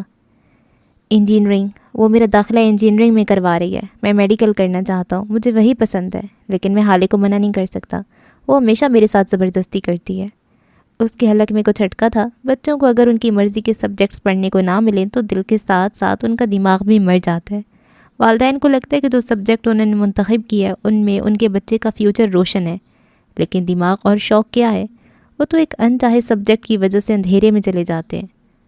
تم اسے منع کیوں نہیں کر سکتے؟ تمہارا فیوچر تمہاری مرضی ہے، تم جو چاہو پڑھو، یا آخر تم لوگ کیوں ہمیشہ اس کی سنتے ہو؟ کوئی اسے کچھ کہتا کیوں نہیں؟ اب کی عمر بیزار ہوا تھا۔ حسن نے گردن جھکا لی۔ وہ اب اپنے جوگر سے زمین کو مسل رہا تھا۔ میں نے اسے بہت ہرٹ کیا ہے، بابا کے قتل کا الزام، ہارون کی بیماری کا الزام، لالچی اور خود غرض ہونے والی بات۔ اب میں اس کے آگے گلتی ہوں، میں اسے کچھ نہیں کہہ سکتا۔ وہ گیلی ہوتی آنکھوں کے ساتھ دروازہ پار کرتا اندر چلا گیا۔ عمر گہری سانس بھرتا اس کے پیچھے گیا تھا۔ تھوڑی دیر بعد وہ تینوں پرنسپل کے آفس میں بیٹھے تھے۔ سادہ سی ساڑی پہنے میز کے پیچھے سے جھانکتی کرسی پہ بیٹھی وہ بوڑھی ہوتی عورت مہربان اور ملنسار تھی۔ وہ نرمی سے حالے سے کچھ پوچھ رہی تھی۔ حالے آہستہ آہستہ جواب دے رہی تھی۔ اور حسن بچے، آپ نے کون سے سبجیکٹس لیے ہیں؟ انہوں نے صوفے پہ بیٹھے حسن کو مخاطب کیا۔ حسن میڈیکل پڑھے گا، حالے اور حسن کی بجائے عمر نے جواب دیا تھا۔ حسن کے چہرے پہ سایہ سے لہرایا۔ حالے نے غیر آرام دہ ہو کر پہلو بدلا۔ پرنسپل میڈم اب حسن سے کچھ کہہ رہی تھیں، کچھ پوچھ رہی تھیں، وہ فوراً جواب دے رہا تھا۔ اب اسے یہاں داخلے کے لیے کسی ٹیسٹ کی ضرورت نہیں تھی، وہ قابل تھا، ہونہار تھا۔ چند لمحات بعد وہ تینوں آفس سے نکلے۔ حالے کے چہرے پہ دبا دبا غصہ تھا۔ حسن گھبرایا ہوا سا تھا، لیکن جو پرسکون تھا وہ بس عمر تھا۔ وہ تینوں ایک ساتھ چلتے ہوئے باہر آ گئے تھے۔ پلے گراؤنڈ کی جانب اس وقت وہاں کوئی زیرو موجود نہیں تھا۔ تمہیں کس نے کہا یہ سب کہنے کو؟ حسن میڈیکل نہیں پڑھے گا، وہ انجینئرنگ پڑھے گا، اور یہ میرا فیصلہ ہے۔ تمہیں ہمارے درمیان مداخلت کرنے کی کوئی ضرورت نہیں ہے۔ وہ گویا پھٹ پڑی۔ عمر کے سکون میں رتی برابر فرق نہیں آیا۔ یہ معاملہ آپ دونوں کا نہیں ہے، معاملہ جج صاحب کے بچوں کا ہے، اور میں اس میں دخل دے سکتا ہوں۔ حسن میڈیکل ہی پڑھے گا کیونکہ وہ یہی پڑھنا چاہتا ہے۔ حالے بے یقینی سے اس کو دیکھتی رہی۔ تمہیں کیا لگتا ہے میں حسن کی دشمن ہوں؟ بہن ہوں میں اس کی، مجھے پتہ ہے میرے بھائی کے لیے کیا صحیح ہے اور کیا غلط۔ آپ دشمن نہیں ہیں تو دوست بھی نہیں ہیں۔ اس کی بہن بننے کی بجائے دوست بنے۔ جو سبجیکٹ آپ اس کے لیے چوز کریں ہیں وہ صحیح ہو سکتا ہے، جو وہ خود چنے گا وہ اس کے لیے بہترین ہوگا۔ آپ اسے فیصلہ کیوں نہیں لینے دے رہی؟ عمر کا لہجہ اب کے نارمل تھا۔ حالے کے اعضاء مارے تیش کے کانپنے لگے تھے۔ وہ بچہ ہے، اس کے فیصلے غلط ہو سکتے ہیں، اس نے چبا چبا کر کہا۔ حسن خاموش تماشائیوں کی طرح ان کو لڑتے ہوئے دیکھتا رہا۔ عمر خاموشی سے 2 قدم آگے آیا۔ اس کا فیصلہ اگر غلط ہوا تو اس کے 2 سال ضائع ہوں گے، لیکن اگر آپ کا فیصلہ غلط ہوا تو اس کی ساری زندگی ضائع ہو جائے گی۔ یہ 2 سال ایک انچاہا سبجیکٹ اس کی ساری توانائی چوس لے گا۔ آپ کے بچے کو اگر اس کا پسندیدہ سبجیکٹ نہیں ملا تو وہ ان 2 سالوں میں اپنی ہر امید کھو دے گا، وہ فیصلے نہیں لے سکے گا، اور پھر 2 سال بعد آپ کو ایک کھوکھلا اور کم دماغ بچہ ملے گا جس کے اندر گلٹ بھرے ہوں گے کہ وہ اپنے لیے فیصلہ کیوں نہیں لے سکا، کیوں اس نے 2 سال تک ایک سبجیکٹ، ایک انچاہے سبجیکٹ کو جھیلا۔ اس کے بعد اگر اس کا ہاتھ میں فیصلہ دے دیں تو وہ تب بھی اپنے لیے فیصلہ نہیں لے گا، وہ ایک گلٹی سبجیکٹس کا چوسا ہوا فیصلہ نہ لے پانے والا فیلئر ہوگا۔ کیا آپ اپنے بھائی کو ایسا بنانا چاہتی ہیں؟ حسن کی آنکھوں میں نمی چمکی۔ حالے سرد برف تاثرات سے عمر کو دیکھتی مڑ گئی۔ وہ اتنی جلدی قائل ہونے والوں میں نہیں تھی۔ کیا آپ اسے اپنے جیسا بنانا چاہتی ہیں؟ عمر کی بلند آواز پہ اس کے دور جاتے قدم تھمے۔ کیا آپ چاہتی ہیں کہ وہ ہر سال آپ کی طرح سپلی لایا کرے؟ حالے کی آنکھیں زخمی ہوئیں، دل 1000 بار ٹوٹا تھا۔ یہ وار مختلف اور کاری تھا۔ وہ مڑی، یہ وہ حالے نہیں تھی، یہ ڈھہ گئی تھی ایک بھر بھری دیوار کی طرح۔ آپ کا سبجیکٹ میتھ تھا، آپ نے خود کو لٹریچر میں گھسیٹا، آپ نے اپنے دماغ اور اپنے دل پہ ظلم کیا۔ خود پہ ظلم کرنے والے اللہ کو پسند نہیں، آپ کیوں اپنے بھائی کو ویسا بنا رہی ہیں؟ اس کے لہجے میں کوئی طنز نہیں تھا تو کوئی نرمی بھی نہیں تھی۔ حسن اسے روکنا چاہتا تھا لیکن نہیں روک سکا۔ ایک دنیا تھی جو حالے کو سنتی تھی، ایک دنیا تھی جو اسے انکار نہیں کرتی تھی، جو اس کے سامنے بولنے کی جرت نہیں کرتی تھی، اور اسی دنیا میں ایک عمر حیات تھا جس کی باتیں وہ سن لیتی تھی، جس کی آواز پہ رک جاتی تھی، جو اسے سنا بھی سکتا تھا اور نہ بھی کہہ سکتا تھا۔ تم کیا چاہتے ہو حسن؟ حالے سرخ آنکھوں اور دکھتے ہوئے حلق کے ساتھ پوچھ رہی تھی۔ حسن نے گردن نہیں اٹھائی۔ میں تم سے پوچھ رہی ہوں حسن، گردن اونچی کرو اور جواب دو۔ اب کہ اس کا لہجہ سخت تھا۔ میں میڈیکل پڑھنا چاہتا ہوں، اس کی حلق سے پھنسی ہوئی آواز نکلی۔ اور بابا کا خواب؟ انہوں نے تمہارے لیے کچھ اور سوچا تھا۔ حسن کی گردن اب کی اٹھی تھی۔ میں بابا کو سمجھا سکتا تھا، اگر وہ ہوتے تو وہ سمجھ بھی جاتے، کیونکہ وہ بابا تھے۔ تم کسی کی کب سنتی ہو؟ اس کی آواز بالکل باریک اور ہلکی تھی، حالانکہ ہونٹوں پہ ایک طنزیہ سی مسکراہٹ آئی۔ تم اس کی دیکھا دیکھی میرے منہ کو آنے لگے ہو حسن، جاؤ جو کرنا کرو، میں گاڑی میں انتظار کر رہی ہوں۔ وہ مڑ گئی، ہتھیلی کی پشت سے آنکھیں رگڑتی وہاں سے چلی گئی۔ کئی لمحات تک اس کی ہیل کی باز گشت سنائی دیتی رہی۔ چلو تمہارا فارم فل کرائیں، عمر کہتا ہوا آگے جانے لگا۔ ہمیں سب نہیں کرنا چاہیے تھا، وہ میری بہن ہے، وہ ناراض ہو گئی ہے۔ حسن گلٹی تھا، اس کی آنکھیں نم تھیں۔ وہ دن کے 24 میں سے 18 گھنٹے ناراض ہی رہتی ہے، میں ان کو منا لوں گا، تم چلو اندر۔ وہ بیزاری سے کہتا آگے بڑھ گیا۔ حسن نے تشکر سے اس کی پیٹھ کو دیکھا تھا، یہ آدمی کتنے مسائل حل کر لیتا تھا۔ حسن کو ڈراپ کر کے وہ لوگ گھر پہنچے۔ راستے میں عمر نے اس سے بات کرنے کی کوشش کی لیکن حالے کی جانب سے کوئی جواب نہیں ملا۔ وہ خاموش ہو گیا، جانتا تھا وہ حسن کے داخلے پہ غصہ نہیں ہے، وہ حسن کی عمر کو بتانے پہ غصہ ہے۔ پوزیسیونیس، یو نو۔ عمر صاحب، بیگم صاحبہ کے چچا اندر آئے بیٹھے ہیں، وہ کافی دیر سے آپ کا انتظار کر رہے ہیں۔ شانو نے اندر آتے دونوں نفوس کے سروں پہ دھماکہ کیا۔ آپ اچھا سا کھانا تیار کریں اور ٹیبل پراپر سیٹ رکھیں۔ عمر نارملی کہہ کر آگے جانے لگا۔ حالے شوق تھی، چوکھٹ میں کھڑی رہی۔ اس کی آنکھوں میں بے یقینی تھی، اس کی نظروں میں تم مجھے دھوکہ دینا کب چھوڑو گے عمر؟ بس یہی کرب تھا۔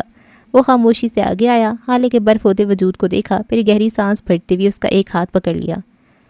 مجھ پہ بھروسہ رکھیں، میں آپ کو کبھی دھوکہ نہیں دوں گا، اپنے ازلی خوبصورت لہجے میں کہتا وہ اس کا ہاتھ پکڑے آگے بڑھتا چلا گیا۔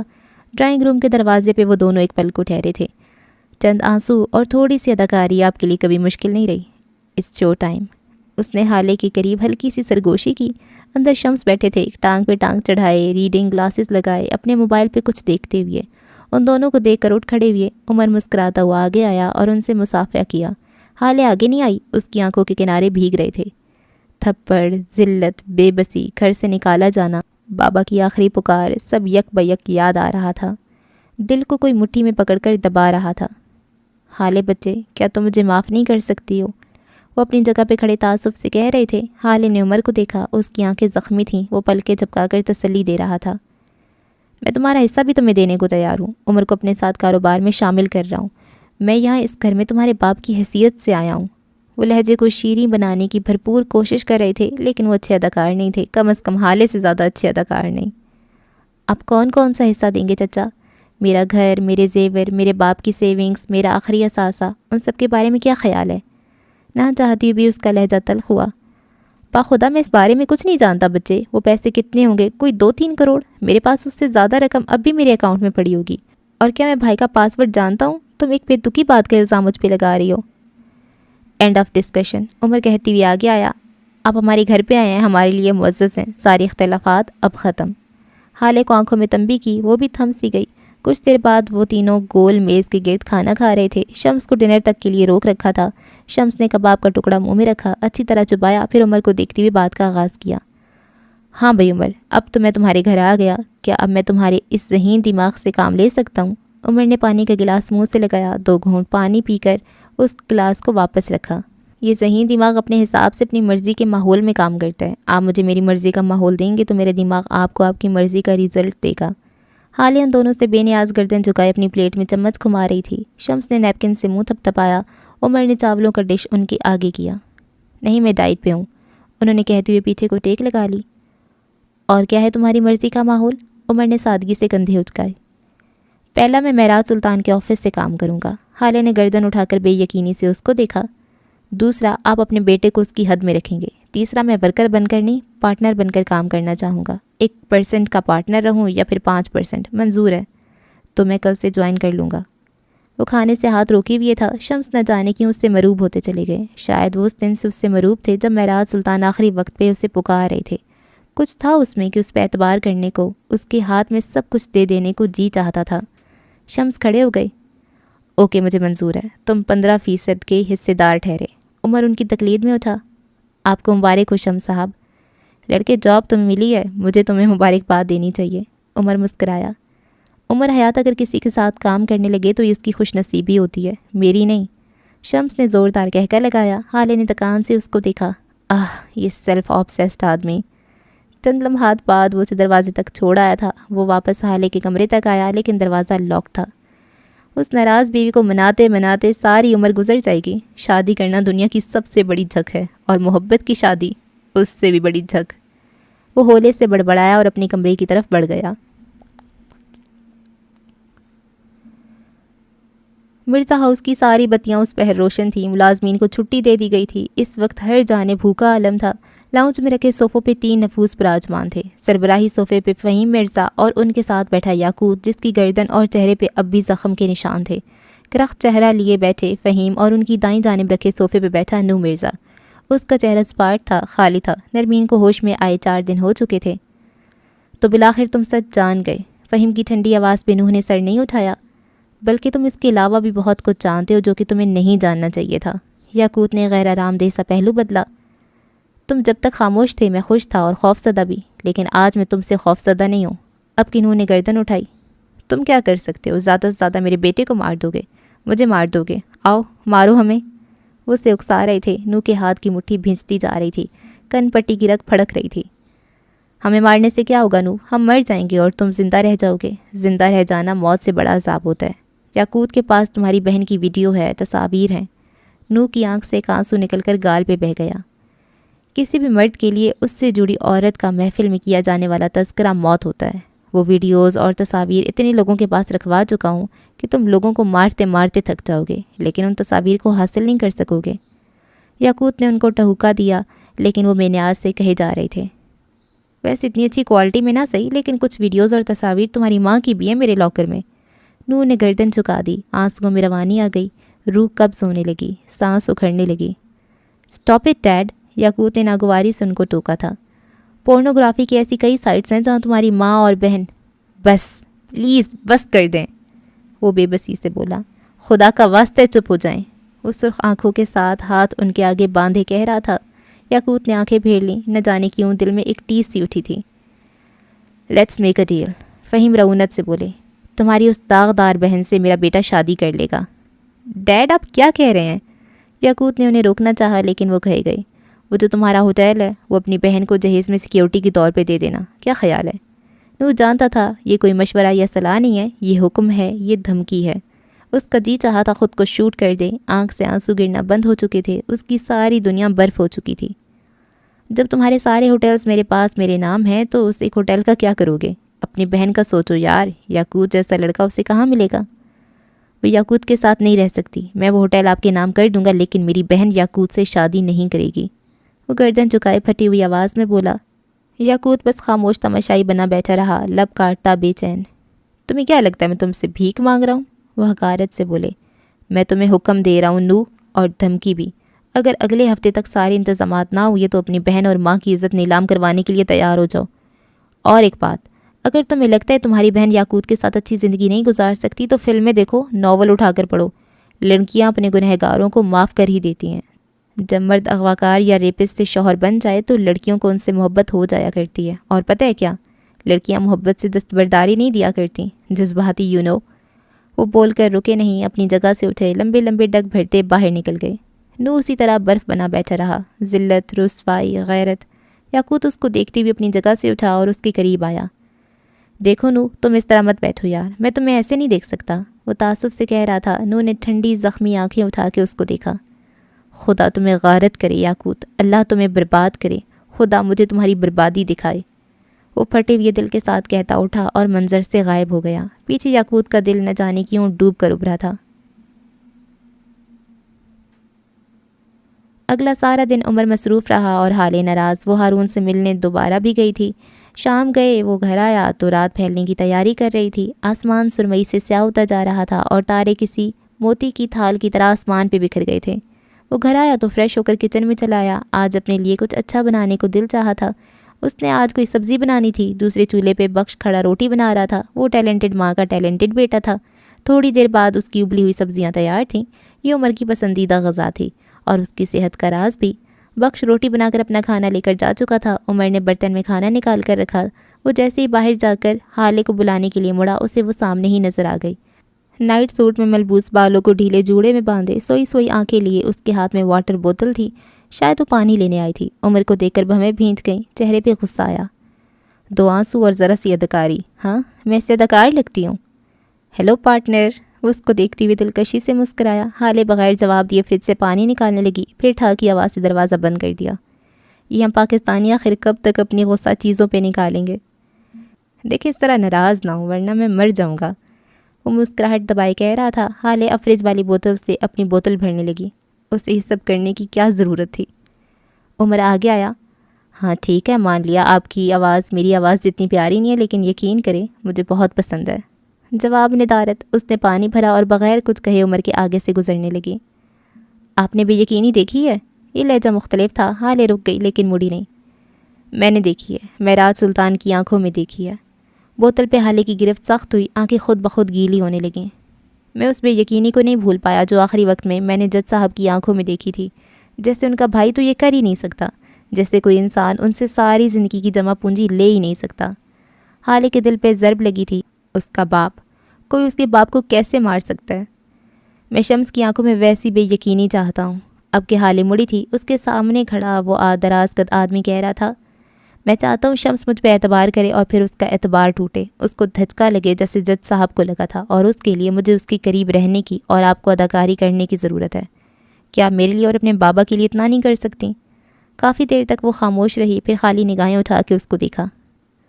تم آئندہ میرے علم میں لائے بغیر کچھ نہیں کرو گے؟ عمر نے جی بالکل کہہ کر اس کی یقین دہانی کروا دی۔ کتنا اچھا تھا نا وہ۔ حالے چند لمحہ اسے مشکوک نظروں سے دیکھتی رہی۔ وہ معصومیت اور مسکینیت کے سارے ریکارڈ توڑتا اس کے سامنے کھڑا رہا۔ زہر لگ رہے ہو، وہ کہتی ہوئی ڈائننگ ٹیبل پہ آ کر بیٹھ گئی۔ مطلب اچھا لگ رہا ہوں۔ عمر مسکراتا ہوا اس کے سامنے والی کرسی سنبھال چکا تھا۔ اب وہ دونوں کسی دوسرے موضوع پہ بات کر رہے تھے۔ سب سبزیاں مسکراتی ہوئی ان کو دیکھتی رہیں۔ جولائی کا مہینہ شروع ہو گیا تھا۔ آج حالے کا دوسرا پرچہ تھا۔ وہ پرچہ دے کر آئی تو شانو نے کھانا لگا دیا۔ کھانا کھاتی ہوئی وہ بار بار شانو کو دیکھ رہی تھی جو آج ضرورت سے زیادہ میٹھی بن رہی تھی۔ حالے نے اپنا ہاتھ روک لیا۔ کچھ کہنا ہے؟ اس کے اتنے ڈائریکٹ سوال پہ شانو ذرا سا گڑبڑائی، پھر اپنے تمام دانتوں کی نمائش کرتی ہوئی بولی، باجی میرے بھائی کی شادی ہے، مجھے چھٹی چاہیے۔ عمر صاحب سے نہیں کہہ سکتی، آپ مہربانی کر دو جی۔ وہ لجاجت سے کہہ رہی تھی۔ ٹھیک ہے، 15 دن کی چھٹی لے لو، اس نے بڑے آرام سے کہہ دیا۔ ارے نہیں باجی، 15 دن بہت ہیں، میں 9-10 دن میں آ جاؤں گی۔ تنخواہ کی کٹوتی ہو جائے گی تو گھر کیسے چلے گا؟ حالے نے پانی پیا اور اٹھ کھڑی ہوئی، پھر اپنے پرس سے چند نوٹ نکالے۔ خاندان سے زیادہ اہم کچھ نہیں ہوتا، کام ہوتے رہیں گے، تم جاؤ شادی انجوائے کرو۔ اس نے نوٹ اس کی ہتھیلی پہ رکھتے ہوئے کہا۔ شانو نم آنکھوں سے اس کو دعائیں دینے لگی۔ عمر کا آج شمس کے آفس میں پہلا دن تھا۔ حالے بوجھل دل کے ساتھ ڈرائیور کے ساتھ گاڑی سے باہر نکل آئی۔ وہ گاڑی کی کھڑکی سے باہر دیکھ رہی تھی جب عثمان کی آواز پہ چونکی۔ میڈم یہ آپ کا فون۔ اس نے آئی فون 13 اس کی طرف بڑھاتے ہوئے کہا، کل گاڑی سروس کے لیے لے گیا تھا، یہ فون پچھلی سیٹ میں پھنسا ہوا تھا، میں واپس کرنا بھول گیا، معذرت، اس نے اضافہ کیا۔ حالے نے ناسمجھی سے موبائل تھاما اور پھر اس کا دل دھک سے رہ گیا۔ آس پاس کی ساری آوازیں، سارا شور پل بھر کو تھم گیا۔ یہ اس کے بابا کا فون تھا۔ وہ اس فون کور کو پہچانتی تھی۔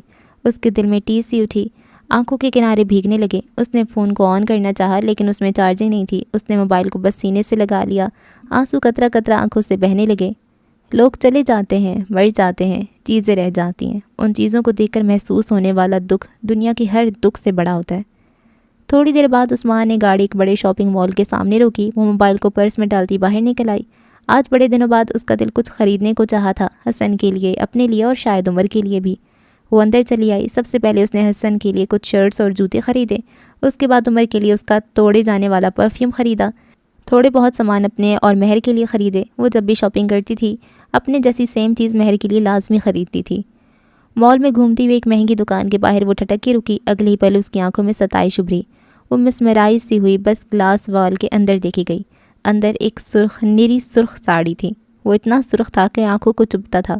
ساڑی بالکل سادہ تھی، بس گلے پہ اور بازوؤں پہ سنہری پٹی لگی تھی۔ حالے کے قدم مکان کی انداز میں اندر کی جانے بڑھے۔ اندر آ کر اس نے قریب سے اس ساڑی کو چھو کے دیکھا۔ اس کے لب ہلکی سی مسکراہٹ میں ڈھلے تھے۔ میم آپ کو کچھ چاہیے؟ سیلز بوائے کی آواز پہ وہ مڑی تھی۔ اس نے ساڑی کی طرف اشارہ کیا۔ مجھے یہ چاہیے۔ اس کے لہجے میں بچوں جیسا اشتیاق اور بے چینی درائی۔ شیور میم، میں بھی پیک کروا دیتا ہوں، وہ مسکراتے ہوئے بولا۔ حالے فوراً کیش کاؤنٹر تک آئی اور اپنا کارڈ ان کے حوالے کیا، لیکن اگلے ہی لمحے اس کا چہرہ تاریک پڑا تھا۔ سوری میم، آپ کے کارڈ میں چند ہزار کا بیلنس ہے۔ یہ ساڑی 3 لاکھ کی ہے، کیا آپ کیش پے کر سکتی ہیں؟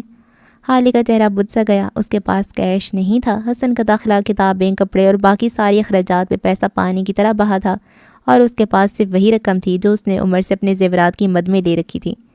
وہ کسی کو کال نہیں کر سکتی تھی۔ دنیا میں ایسا کوئی نہیں تھا جسے حالے مدد کے لیے بلائے، اور وہ جو دنیا میں تھا وہ آ نہیں سکتا تھا۔ اس نے کاس کے تحت سفید پڑتے چہرے کے ساتھ عمر کو کال ملائی۔ کال پک ہونے کے ساتھ اگلے 2 سیکنڈ میں ہی کٹ گئی۔ میں مصروف ہوں، بس 3 لفظ کہہ کر اس نے کال کاٹ دی۔ حالے کے منہ پہ جیسے تمانچہ لگاؤ۔ اس نے بمشکل اپنے تاثرات نارمل رکھتے ہوئے سیلز گرل کی جانب دیکھا۔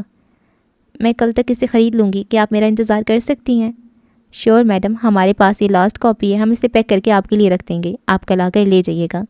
اس نے مسکرا کر تسلی کروائی تو حالے مڑ گئی۔ اسے کچھ برا لگ رہا تھا، بہت برا۔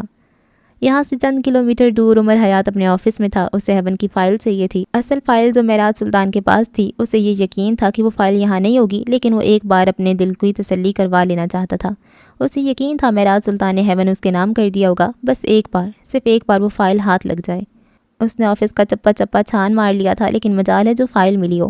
وہ ایک بار پھر تھک کر پاور چیئر پہ آ بیٹھا۔ اس نے سرمئی ڈریس شرٹ پہن رکھی تھی، کوٹ سٹینڈ پہ ٹنگا تھا، بال ماتھے پہ بکھرے ہوئے تھے۔ اس کی سے آنکھوں میں سوچ کی پرچھائیاں تھیں۔ اس نے لیپ ٹاپ کھولا، USB لگائی۔ سکندر شاہ نے اس کی بقایا سامان کی مد میں اس کا کیمرہ واپس دیا تھا، لیکن اس کیمرے میں لگا میموری کارڈ خالی تھا، صفحہ چٹ صاف۔ لیکن اس میں ایک تصویر تھی جس پہ ایک سیاہ کور بیک گراؤنڈ اور اس پہ ایک سطر لکھی تھی۔ جادو اس کی منشا نہیں، مجبوری تھا۔ وہ 1000 بار اس لائن کو پڑھ چکا تھا، لیکن مجال ہے جو کچھ سمجھ میں آیا ہو۔ وہ کتابی کیڑا تھا، لیکن اس نے یہ سطر کسی کتاب میں نہیں پڑھی تھی۔ اس سے بڑے بڑے سوال حل کروا لو، اس سے کئی پنے سیاہ کروا لو، لیکن عمر حیات کو بس پہیلی سلجھانے کا نہ کہو۔ یہ کام اس کے بس کا نہیں تھا۔ اس نے ایک بار پھر اس سطر کو دیکھا۔ اس سے لگا جیسے یہ سطر اس کا منہ چڑھا رہی ہو۔ تھک کر اس نے لیپ ٹاپ کی اسکرین گرا دی۔ اسے ایک بار پھر بس سکون چاہیے تھا، صرف سکون، اور اسے سکون صرف معراج سلطان کے پاس ہی ملا کرتا تھا۔ اس نے آنکھیں بند کیں اور کسی منظر کو خود میں غرق کر لیا۔ عمر کی حقیقت معلوم ہونے پہ معراج سلطان اسے نظر نہیں ملا پاتے تھے۔ ان دونوں کی کوئی ملاقات اس دن کے بعد سے نہیں ہوئی تھی۔ اس وقت بھی وہ ہیون ہسپتال میں کام کر رہا تھا جب کسی نے آ کر اسے معراج سلطان کا پیغام دیا۔ وہ خاموشی سے باہر چلا آیا۔ ہسپتال کے باہر وہ گاڑی سے ٹیک لگائے کھڑے تھے۔ آج وہ مختلف تھے، سنجیدہ اور ریزرو۔ عمر کو ان سے رعب سا محسوس ہوا۔ وہ آگے بڑھایا۔ آج معراج سلطان کے ساتھ کوئی ڈرائیور نہیں تھا۔ وہ ڈرائیونگ سیٹ پہ جانے لگے۔ عمر نے ان کے ہاتھ سے چابی لے لی۔ انہوں نے خاموشی سے دے دی، شاید وہ ضد نہیں کرنا چاہتے تھے۔ وہ گاڑی میں آ کر بیٹھا۔ معراج نے بس اسے ایک جگہ کا نام بتایا۔ عمر خاموشی سے ڈرائیو کرتا رہا۔ تمہاری ماں مر چکی ہے، کافی دیر بعد معراج سلطان ہلکی آواز میں بولے۔ جانتا ہوں، اس نے 2 لفظی جواب دیا۔ میں یہ بھی جانتا ہوں میرے باپ نے میری ماں کو طلاق دے دی تھی، اور یہ بھی کہ کوئی وجہ نہیں جانتا۔ تمہیں کیسے پتا؟ وہ حیران نہیں ہوئے۔ ہیون میں ہر کوئی یہ بات جانتا تھا، امیروں کے راز نہیں رہتے۔ مجھے سب پتا ہوتا ہے، یہ جملہ آج اس نے پہلی دفعہ کہا تھا۔ باقی راستہ خاموشی سے کٹا۔ ایک بہت بڑے جینٹس بوتیک کے سامنے گاڑی روکی۔ وہ دونوں باہر آئے۔ معراج اندر نہیں گئے، انہوں نے پیغام بھجوایا۔ چند لمحوں بعد اندر سے ایک آدمی آتا دکھائی دیا۔ وہ کچھ عمر کے جیسا تھا، یا پھر عمر اس کے جیسا تھا۔ عمر نے اس آدمی کو دیکھا اور پھر وہ سانس نہیں لے سکا۔ اس کے لب ہلکے وا تھے، آنکھیں پھٹی کی پھٹی رہ گئیں۔ یہ اس کا باپ تھا جس کا انتظار وہ 18 سال تک کرتا رہا۔ یہ وہی شخص تھا۔ عمر بغیر پلک جھپکے سانس روکے اس آدمی کو دیکھے گیا۔ محرومی، بچپن کی ساری خواہشات، باپ کا محبت بھرا لمس، ادھوری زندگی، ہر چیز جیسے ڈنک مارنے لگی۔ اس کے حلق میں گرہیں پڑنے لگیں۔ آنسو بہنا چاہتے تھے، لیکن عمر کی آنکھ کے پانی کو اتنی جرت نہ تھی کہ وہ اس کی مرضی کے بغیر گر پڑتا۔ آپ یہاں کیوں آئے ہیں؟ نگین کی موت کے ساتھ ہمارا ہر تعلق ختم ہو گیا تھا، عمر نے اس آدمی کو کہتے سنا۔ معراج 2 قدم آگے آئے، ٹھنڈی سے آنکھیں اس کے چہرے پہ گاڑ دیں۔ میں تمہارے بیٹے کو تم سے ملوانے آیا ہوں۔ دیکھو اسے، یہ تمہارا بیٹا ہے، تمہارا اور نگین کا بیٹا۔ انہوں نے عمر کی جانب اشارہ کیا۔ وہاز نے ناسمجھی سے عمر کی جانب دیکھا اور پھر وہ شل رہ گیا۔ میں کیسے مان لوں یہ میرا بیٹا ہے؟ یہ جھوٹ بھی ہو سکتا ہے۔ کافی دیر بعد وہ بولا تو اس کی آواز کہیں دور سے آتی محسوس ہوئی۔ عمر نے آنکھیں اٹھا کے اس کو دیکھا۔ ان میں زمانے کا کرب تھا۔ وہاز کو اپنا دل رکتا محسوس ہوا۔ ایک بار یہی بات اس کی آنکھوں میں آنکھیں ڈال کر کہہ دو، یہ تمہارا بیٹا نہیں ہے، انہوں نے استہزاء سے کہا۔ وہاز نے ایک بار پھر اس کے چہرے کو دیکھا۔ کون کہتا تھا وہ اس کا بیٹا نہیں ہے؟ وہ آگے بڑھا، اس نے ہاتھ بڑھا کر عمر کے چہرے کو چھونا چاہا۔ وہ زخمی آنکھوں سے بدک کر دور ہٹا۔ وہاز کا ہاتھ ہوا میں معلق رہ گیا۔ اس کی آنکھیں پوری طرح بھیگ گئی تھیں۔ آپ اب مجھے اپنا بیٹا مانیں یا نہیں، میں آپ کو باپ نہیں مانتا، میں آپ سے بدگمان ہوں اور یہ بدگمانی میں نے ورث سے ملی ہے۔ وہ پیچھے ہوتے ہوئے کہہ رہا تھا، آپ غلط تھے، آپ نے میری ماں کے ساتھ غلط کیا اور میں آپ کو کبھی معاف نہیں کروں گا، کیونکہ میں نے ضد بھی ورث سے ملی ہے۔ وہ سنجیدہ بے لچک لہجے میں کہتا پیچھے ہوا تھا۔ وہاں مانو پتھر کا بت بن گیا ہو، ساکت، شل۔ میں ان کے ساتھ نہیں رہنا چاہتا، کیا آپ مجھے اپنے ساتھ لے جا سکتے ہیں ماموں جان؟ اس نے آخری لفظ کا اضافہ کیا۔ مہراج نے بے بسی سے دانت پہ دانت جما لیے، پھر عمر کا ہاتھ پکڑے آگے بڑھ گئے۔ وہاں شل سا زمین پہ بیٹھتا چلا گیا۔ اس کے پاس کہنے کو کچھ نہیں تھا۔ اس واقعے کے بعد وہ کوئی 1000 بار حیوان آیا تھا، لیکن عمر اس سے نہیں ملتا تھا۔ حقیقت یہ تھی کہ وہ چھپ چھپ کے ان کو دیکھا کرتا تھا، حسرت سے، محبت سے، لیکن وہ اس ضد اور بدگمانی کا کیا کرتا جو اسے ورثے میں ملی تھی؟ اس نے آنکھیں کھولی، مناظر بدلے بھی تھے۔ سیاہ آنکھوں والا مہربان آدمی اس کے پاس نہیں تھا، اور اس کا نہ ہونا کیسی اذیت تھی، یہ کوئی عمر سے پوچھتا۔ وہ گھر آئی تو اس کا موڈ سخت آف تھا، بیزاری تھی، غصہ تھا کہ کم نہیں ہوتا تھا، بے بسی تھی کہ آنکھیں بھرتی جا رہی تھیں۔ وہ بیڈ پہ آ کر بیٹھی، دانت سختی سے دانتوں پہ جما لیے۔ یہ پہلی بار تھا جب حالے کے پاس کچھ خریدنے کو پیسے نہیں تھے، لیکن کیا یہ واقعی پہلی بار تھا؟ سوچ سوچ کر اس کا دماغ پھٹنے لگا تھا۔ دفتراً اس کی کھلی ہوئی لیپ ٹاپ کی گھنٹی بجنے لگی۔ اس نے مڑ کر دیکھا، نفیسہ کی کال تھی۔ حالے نے گہرے سانس لے کر خود کو ریلیکس کیا، بالوں میں ہاتھ پھیر کر ان کو ٹھیک کیا۔ کچھ بھی ہو، وہ عمر کے ساتھ رہے یا نہ رہے، لیکن نفیسہ ساس تھیں، اور ساسوں کا روب تو پھر ہوتا ہی ہے۔ اس نے ویڈیو کال اٹینڈ کر لی۔ اب لیپ ٹاپ کے چوکٹھے میں نفیسہ کا چہرہ نظر آ رہا تھا، وہی باوقار معتبر چہرہ۔ حالے کو دیکھ کر وہ مسکرائیں۔ تم آج ڈل لگ رہی ہو، کچھ ہوا ہے کیا؟ وہ اس کو بغور دیکھتی ہوئی کہہ رہی تھیں۔ حالے نے بدقت اپنے چہرے پہ مسکراہٹ سجائی۔ اف، یہ ساسوں کی نظر۔ ایسا کچھ نہیں ہے، بس پیپرز کی وجہ سے تھک جاتی ہوں۔ نفیسہ نے مزید نہیں گریدا۔ آپ اس دن مجھ سے کہہ رہی تھیں کہ میں نہیں جانتی خدا کون ہے، آپ کو واقعی ایسا لگتا ہے کیا؟ حالیہ بیڈ پہ آلتی پالتی مارے بیٹھ گئی تھی۔ لیپ ٹاپ گود میں رکھا ہوا تھا۔ نفیسہ اسے دیکھتی رہی، غور سے جانچتے ہوئے۔ چلو پھر بتاؤ خدا کون ہے؟ حالے کے چہرے پہ چمک آئی، جیسے اب نفیسہ کو مروب کرنے کا موقع مل گیا ہو۔ اللہ وہ ہے جس نے ہمیں پیدا کیا، ہمیں کھانا دیا، زبان دی، ہاتھ دیے، ہم ایک مکمل انسان بنایا۔ وہ جس نے ہمیں آنکھیں دی جس سے ہم دیکھ سکیں۔ دیکھنے سے بڑی نعمت کیا ہوگی؟ سننے سے بڑا اعزاز کیا ہوگا؟ سیر ہو کر کھانا کھانا، اور سب سے بڑی بات زندگی۔ کیا زندگی سے زیادہ حسین کچھ اور ہے؟ موت۔ زندگی سے زیادہ حسین چیز ایک ہی ہے، موت۔ نفیسہ کے جواب پہ وہ ٹھہر سی گئی، آنکھوں کی پتلیوں میں بے یقینی سی در آئی۔ نفیسہ حیات نے کہنا جاری رکھا، زندگی بے شک نعمت ہے، لیکن کیا تمہیں موت کے بارے میں کچھ علم ہے؟ اللہ وہ نہیں جو زندگی دیتا ہے، اللہ وہ ہے جو موت دیتا ہے۔ تم نے کبھی نہ کبھی کہیں نہ کہیں کوئی بوڑھے لاغر وجود دیکھے ہوں گے، جو اب نہ بول سکتے ہیں، نہ چل سکتے ہیں، نہ کھا پی سکتے ہیں۔ وہ بس چارپائی پہ پڑی ادمری لاش ہیں۔ ان کے گھر والے ان سے بیزار ہیں، معاشرے میں ان کا مقام نہیں رہا، وہ بس بے بس ہیں، تکلیف میں ہیں۔ ان کی ایک ہی خواہش ہے، موت۔ سوچو اگر خدا انہیں موت بھی نہ دے۔ حالے نے بے اختیار جھرجھری لی تھی۔ موت نعمت ہے حالے، اللہ وہ ہے جو زندگی کے ساتھ ساتھ موت بھی دیتا ہے۔ حالے بس ٹکر ٹکر ان کا چہرہ دیکھتی رہی، اور جب اہل ایمان بولتے ہیں تو ان کو سننا چاہیے، انہیں وہ سنتا ہے جس کے اندر ذرا بہت ایمان باقی ہو۔ تم نے کہا اللہ کھانا دیتا ہے، نفیسہ نے اضافہ کیا، لیکن کیا تم نے بھوک دیکھی ہے؟ بھوک کیا ہوتی ہے بچے؟ دن میں کئی بار ہمیں بھوک لگتی ہے اور ہم کھانا کھاتے ہیں۔ کبھی غور کیا جب ہمیں بھوک نہ ہو تب ہم کیسے کیسے کھانے کو ٹھکرا دیتے ہیں؟ تب نہ گوشت اچھا لگتا ہے، نہ دال، نہ پزا اچھا لگتا ہے، نہ گھر کے بنے ٹینڈے، کیونکہ ہم سیر ہوتے ہیں۔ سوچو اگر ہم ساری زندگی سیر رہتے تو کیا ہوتا؟ زندگی کا سارا مزہ ہی خراب ہو جاتا۔ حالے بے اختیار بولی۔ نفیسہ مسکرائیں۔ بالکل، سارا مزہ خراب ہو جاتا۔ ہر کھانا اپنا ذائقہ، اپنی وقت کھو دیتا، ہمیں کھانے کی قدر ہی نہ ہوتی۔ خدا صرف وہ نہیں جو کھانا دیتا ہے، خدا وہ بھی ہے جو بھوک دیتا ہے، وہ بھوک جو ہمارے کھانے کو، ہماری زندگی کو ایک مزہ دیتی ہے۔ تم نے کہا خدا وہ ہے جس نے ہاتھ پیر کان آنکھیں دی ہیں، ہمیں مکمل انسان بنایا، لیکن خدا نے تو وہ انسان بھی بنایا ہے جن کے ہاتھ نہیں، جن کے پیر نہیں، آنکھیں نہیں، جو مکمل نہیں۔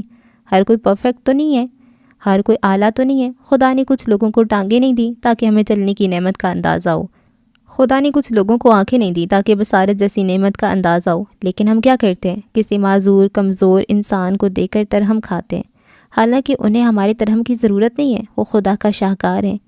کیا اب تمہیں پتہ چلا اللہ کون ہے؟ چند لمحوں کے لیے حالے کچھ نہ کہہ سکی، پھر جب وہ بولی تو اس کی آواز بہت ہلکی تھی۔ Can we have a break please? میں آپ کی باتیں ڈائجسٹ نہیں کر پا رہی ہوں۔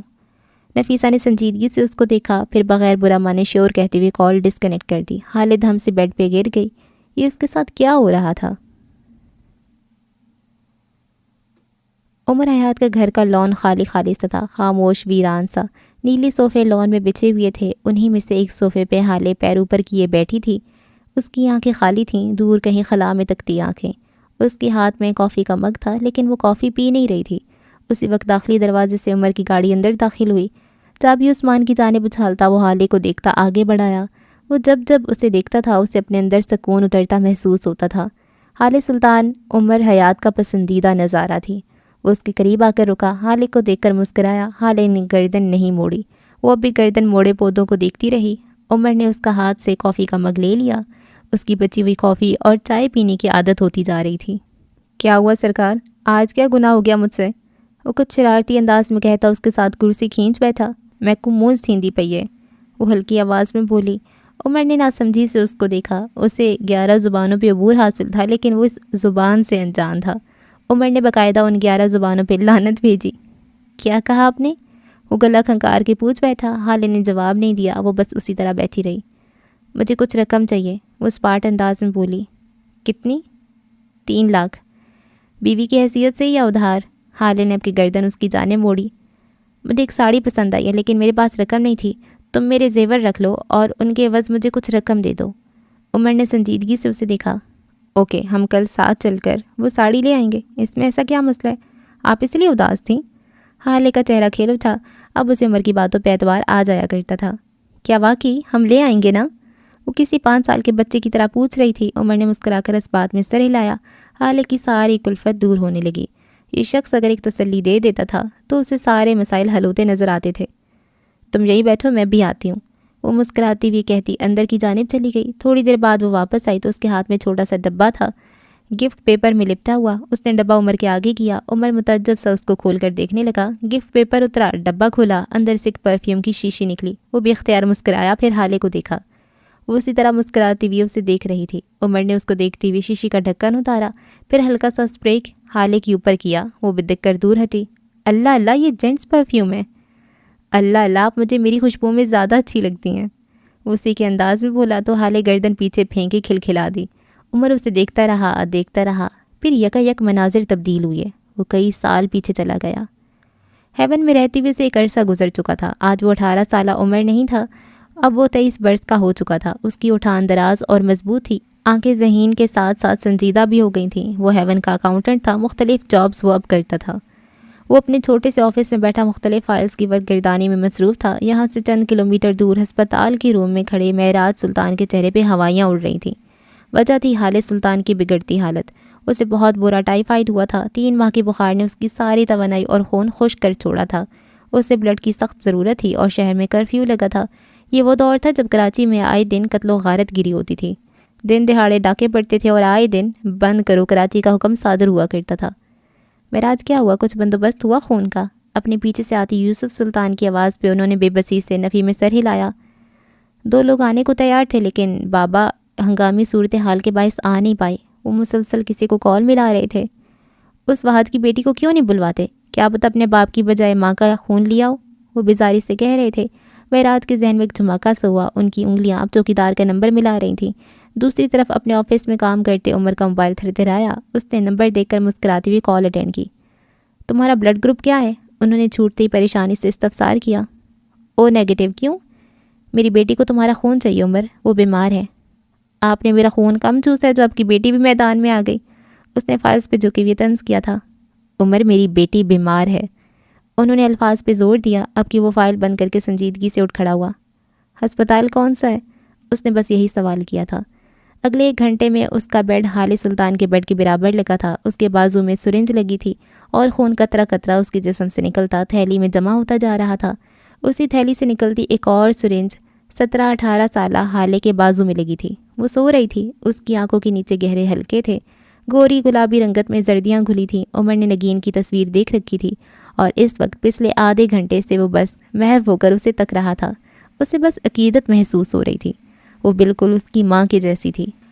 ڈاکٹر شاید باہر کہیں تھے۔ عمر نے کروٹ بدل لی، یہاں سے وہ مکمل نظر آتی تھی۔ 23 سالہ عمر کی حالے سے دوسری ملاقات تھی اور آج اس کی نظر میں عقیدت تھی۔ حالے کی آنکھیں بند تھیں۔ عمر کو نہ جانے کیوں شدید خواہش ہوئی کاش وہ ان آنکھوں میں دیکھ پاتا۔ دفعتاً ایک آہٹ ہوئی، وہ چونک کر سیدھا ہو کر لیٹ گیا۔ معراج سلطان نے اس کی حرکت نوٹ کی تھی۔ وہ خاموشی سے آئے اور اس کے قریب بیڈ پہ بیٹھ گئے۔ میں تمہارا یہ احسان کبھی نہیں بھولوں گا عمر، تم آج مجھے پہلے سے زیادہ عزیز ہو گئے ہو۔ معراج اس کو دیکھتے ہوئے کہہ رہے تھے۔ عمر نے محض اس بات میں سر ہلا دیا۔ میری بیٹی بہت باوقار ہے، وہ ایک دن تمہارا یہ احسان خود اتارے گی۔ عمر نے بس مسکرا کر ان کو دیکھا۔ یہ لڑکی کیا احسان اتارے گی؟ معراج باہر چلے گئے۔ عمر ایک بار پھر کروٹ کے بل لیٹ گیا۔ اب وہ ایک بار پھر اسے دیکھ رہا تھا، مکمل یکسوئی کے ساتھ۔ دروازے کی اوٹ میں کھڑے معراج نے مسکرا کر سر جھٹکا تھا۔ آج حال میں وہ اس کے سامنے کھڑی تھی، ہنستی ہوئی، کھلکھلاتی ہوئی۔ وہ عمر کا پسندیدہ نظارہ تھی، اس میں کوئی شک نہیں تھا۔ ویسے یہ شانوں کو کس خوشی میں چھٹی دے دی آپ نے؟ اس نے بات بدلی تو حالے نے اس کو دیکھا۔ کیونکہ مجھے تم شانوں کی روپ میں زیادہ اچھے لگتے ہو، وہ مسکراہٹ دبا کر بولی۔ صاف صاف کہیں نا اپنے چٹورے پن کی وجہ سے چھٹی دی ہے۔ تم بھی صاف صاف کہو نا اسے چھٹی کرنے سے نہیں، اسے پوری تنخواہ دینے سے جان جا رہی ہے۔ وہ بھی حساب بے باک کر گئی۔ اگر آپ نے میری جان نہ بچائی ہوتی تو دیکھ لیتا آپ کو، وہ خفگی سے بولا۔ اوہ میں تو ڈر گئی، دیکھو میرے ہاتھ کانپ رہے ہیں، وہ اس انداز سے بولی کہ دونوں ایک ساتھ ہنس دیے۔ اونچا بنگلہ مسکرا کر انہیں دیکھتا رہا۔ ریستوران میں زرد بتیاں روشن تھیں، اونچے لمبے ستونوں اور شاہی میزوں والا ریستوران اس وقت مدھم موسیقی کے زیر اثر تھا۔ کونے والی میز کی طرف جاؤ تو سفیر سلطان سرمئی ڈنر سوٹ میں ملبوس تھا۔ اس کے سامنے والی کرسی پہ مہر ماں بیٹھی تھی، گہرے نیلے رنگ کے سلک کے جوڑے میں ملبوس۔ اس کے بھورے بال جوڑے میں گندھے تھے، کانوں میں ڈائمنڈ ایئر رنگز اور ہلکا پھلکا میک اپ۔ وہ حقیقتاً خوبصورت لگ رہی تھی۔ ویٹر نے آ کر کھانا سرو کیا۔ سفیر مہر ماں کو دیکھتے ہوئے کھاتا رہا۔ تم کیوں نہیں کھا رہی؟ اس نے اس کو نہ کھاتے ہوئے دیکھ کر ہاتھ روک لیا تھا۔ موڈ نہیں، وہ بیزاری سے بولی۔ سفیر چند لمحہ اس کو دیکھتا رہا، پھر اس کا میز پہ دھرا ہاتھ اپنے ہاتھ میں لیا۔ مہر نے سانس تک روک لی، اس کی بھوری آنکھوں میں اس وقت حیرت تھی۔ آئی ایم سوری، جو کچھ بھی میں نے کیا، میں اس سب کی تلافی کرنا چاہتا ہوں۔ اس نے ٹھہر ٹھہر کر سارے الفاظ ادا کیے۔ میں تم سے محبت نہیں کرتا، شاید کبھی کر بھی نہ سکوں۔ مہر نے ہاتھ چھڑانا چاہا، سفیر نے گرفت سخت کر دی۔ میں نے حالے سے محبت کی ہے، بے حد بے تحاشا محبت، وہ سنجیدگی سے کہہ رہا تھا۔ مہر کی آنکھیں زخمی ہونے لگیں، اس کے دل میں ٹیس سی اٹھی۔ وہ مجھے نہیں ملی اور تم مجھے مل گئی، میں تمہارے اور اپنے رشتے کو ایک چانس دینا چاہتا ہوں۔ وہ مسکرایا تھا۔ مہر ماں کا دل رک گیا، آس پاس پھیلی موسیقی رک گئی، اسے لگا ساری دنیا ایک پل کو رک گئی۔ وہ شاکی آنکھوں سے اسے دیکھے گئی۔ میں تمہارے ساتھ ایک نئی زندگی شروع کرنا چاہتا ہوں، میں تم سے محبت کرنا چاہتا ہوں، بھوری آنکھوں والا مرد کہہ رہا تھا اور اس کے سامنے بیٹھی لڑکی سانس روکے اسے سن رہی تھی۔ کتنے سال اس نے ان الفاظ کا انتظار کیا تھا۔ لیکن میری ایک شرط ہے۔ لمحات کی فسوں خیزی چھناکے سے ٹوٹ گئی۔ مہر کے ہاتھ پہ اس کی گرفت جذبات سے آری ہو گئی۔ مجھے حالے کی طلاق چاہیے، وہ اس کی آنکھوں میں دیکھ کر بولا۔ مہر کے چہرے پہ کوئی تاثر نہ آیا۔ مجھے وہ ٹوٹی ہوئی مفلس حال اور برباد چاہیے، میں چاہتا ہوں وہ روئے۔ اس کی وہ جو اٹھی ہوئی گردن ہے، میں اسے جھکانا چاہتا ہوں، اس کی آنکھوں کا غرور، اس کا زوم توڑنا چاہتا ہوں۔ اس کے لہجے میں نفرت تھی، آنکھوں سے چنگاریاں نکل رہی تھیں۔ اگر تم میرے لیے یہ کر سکتی ہو تو میں تمہارے ساتھ ایک نئی زندگی گزاروں گا، تمہیں تمہارے سارے حقوق دوں گا اور شاید محبت بھی۔ وہ بول کر خاموش ہوا، پھر مہر کے کچھ کہنے کا انتظار کرنے لگا۔ مہر چند ثانیوں سے ٹھنڈی نظروں سے دیکھتی رہی۔ آپ کو کیوں ایسا لگتا ہے کہ میں ایسا کچھ بھی کر سکتی ہوں اور کروں گی بھی؟ اس کا لہجہ بے لچک تھا۔ یہ کوئی عام میاں بیوی والی گفتگو نہیں تھی، یہ کاروباری ڈیل لگ رہی تھی۔ سفیر محظوظ ہوا۔ او Mehr, don't pretend to be innocent, اس نے ناک سے مکھی اڑائی۔ تمہیں مجھ سے زیادہ کوئی نہیں جانتا، تم ساری زندگی اسے ایکسپلوئٹ کرتی رہی ہو، ساری زندگی اس سے اپنی مرضی کے فیصلے کروائے ہیں، وہ تمہارے اپروول کے لیے کچھ بھی کر سکتی ہے، اسے کبھی اپنی ماں کا وہ پیار نہیں ملا. وہ تمہارے معاملے میں نیڈی اور ڈیسپریٹ ہے. وہ تمہیں نہ نہیں کہہ سکتی. وہ بول رہا تھا اور مہر اس کو سنتی رہی. ہر انسان کسی نہ کسی تعلق یا رشتے کے معاملے میں لالچی، نیڈی اور ڈیسپریٹ ہوتا رہا ہے.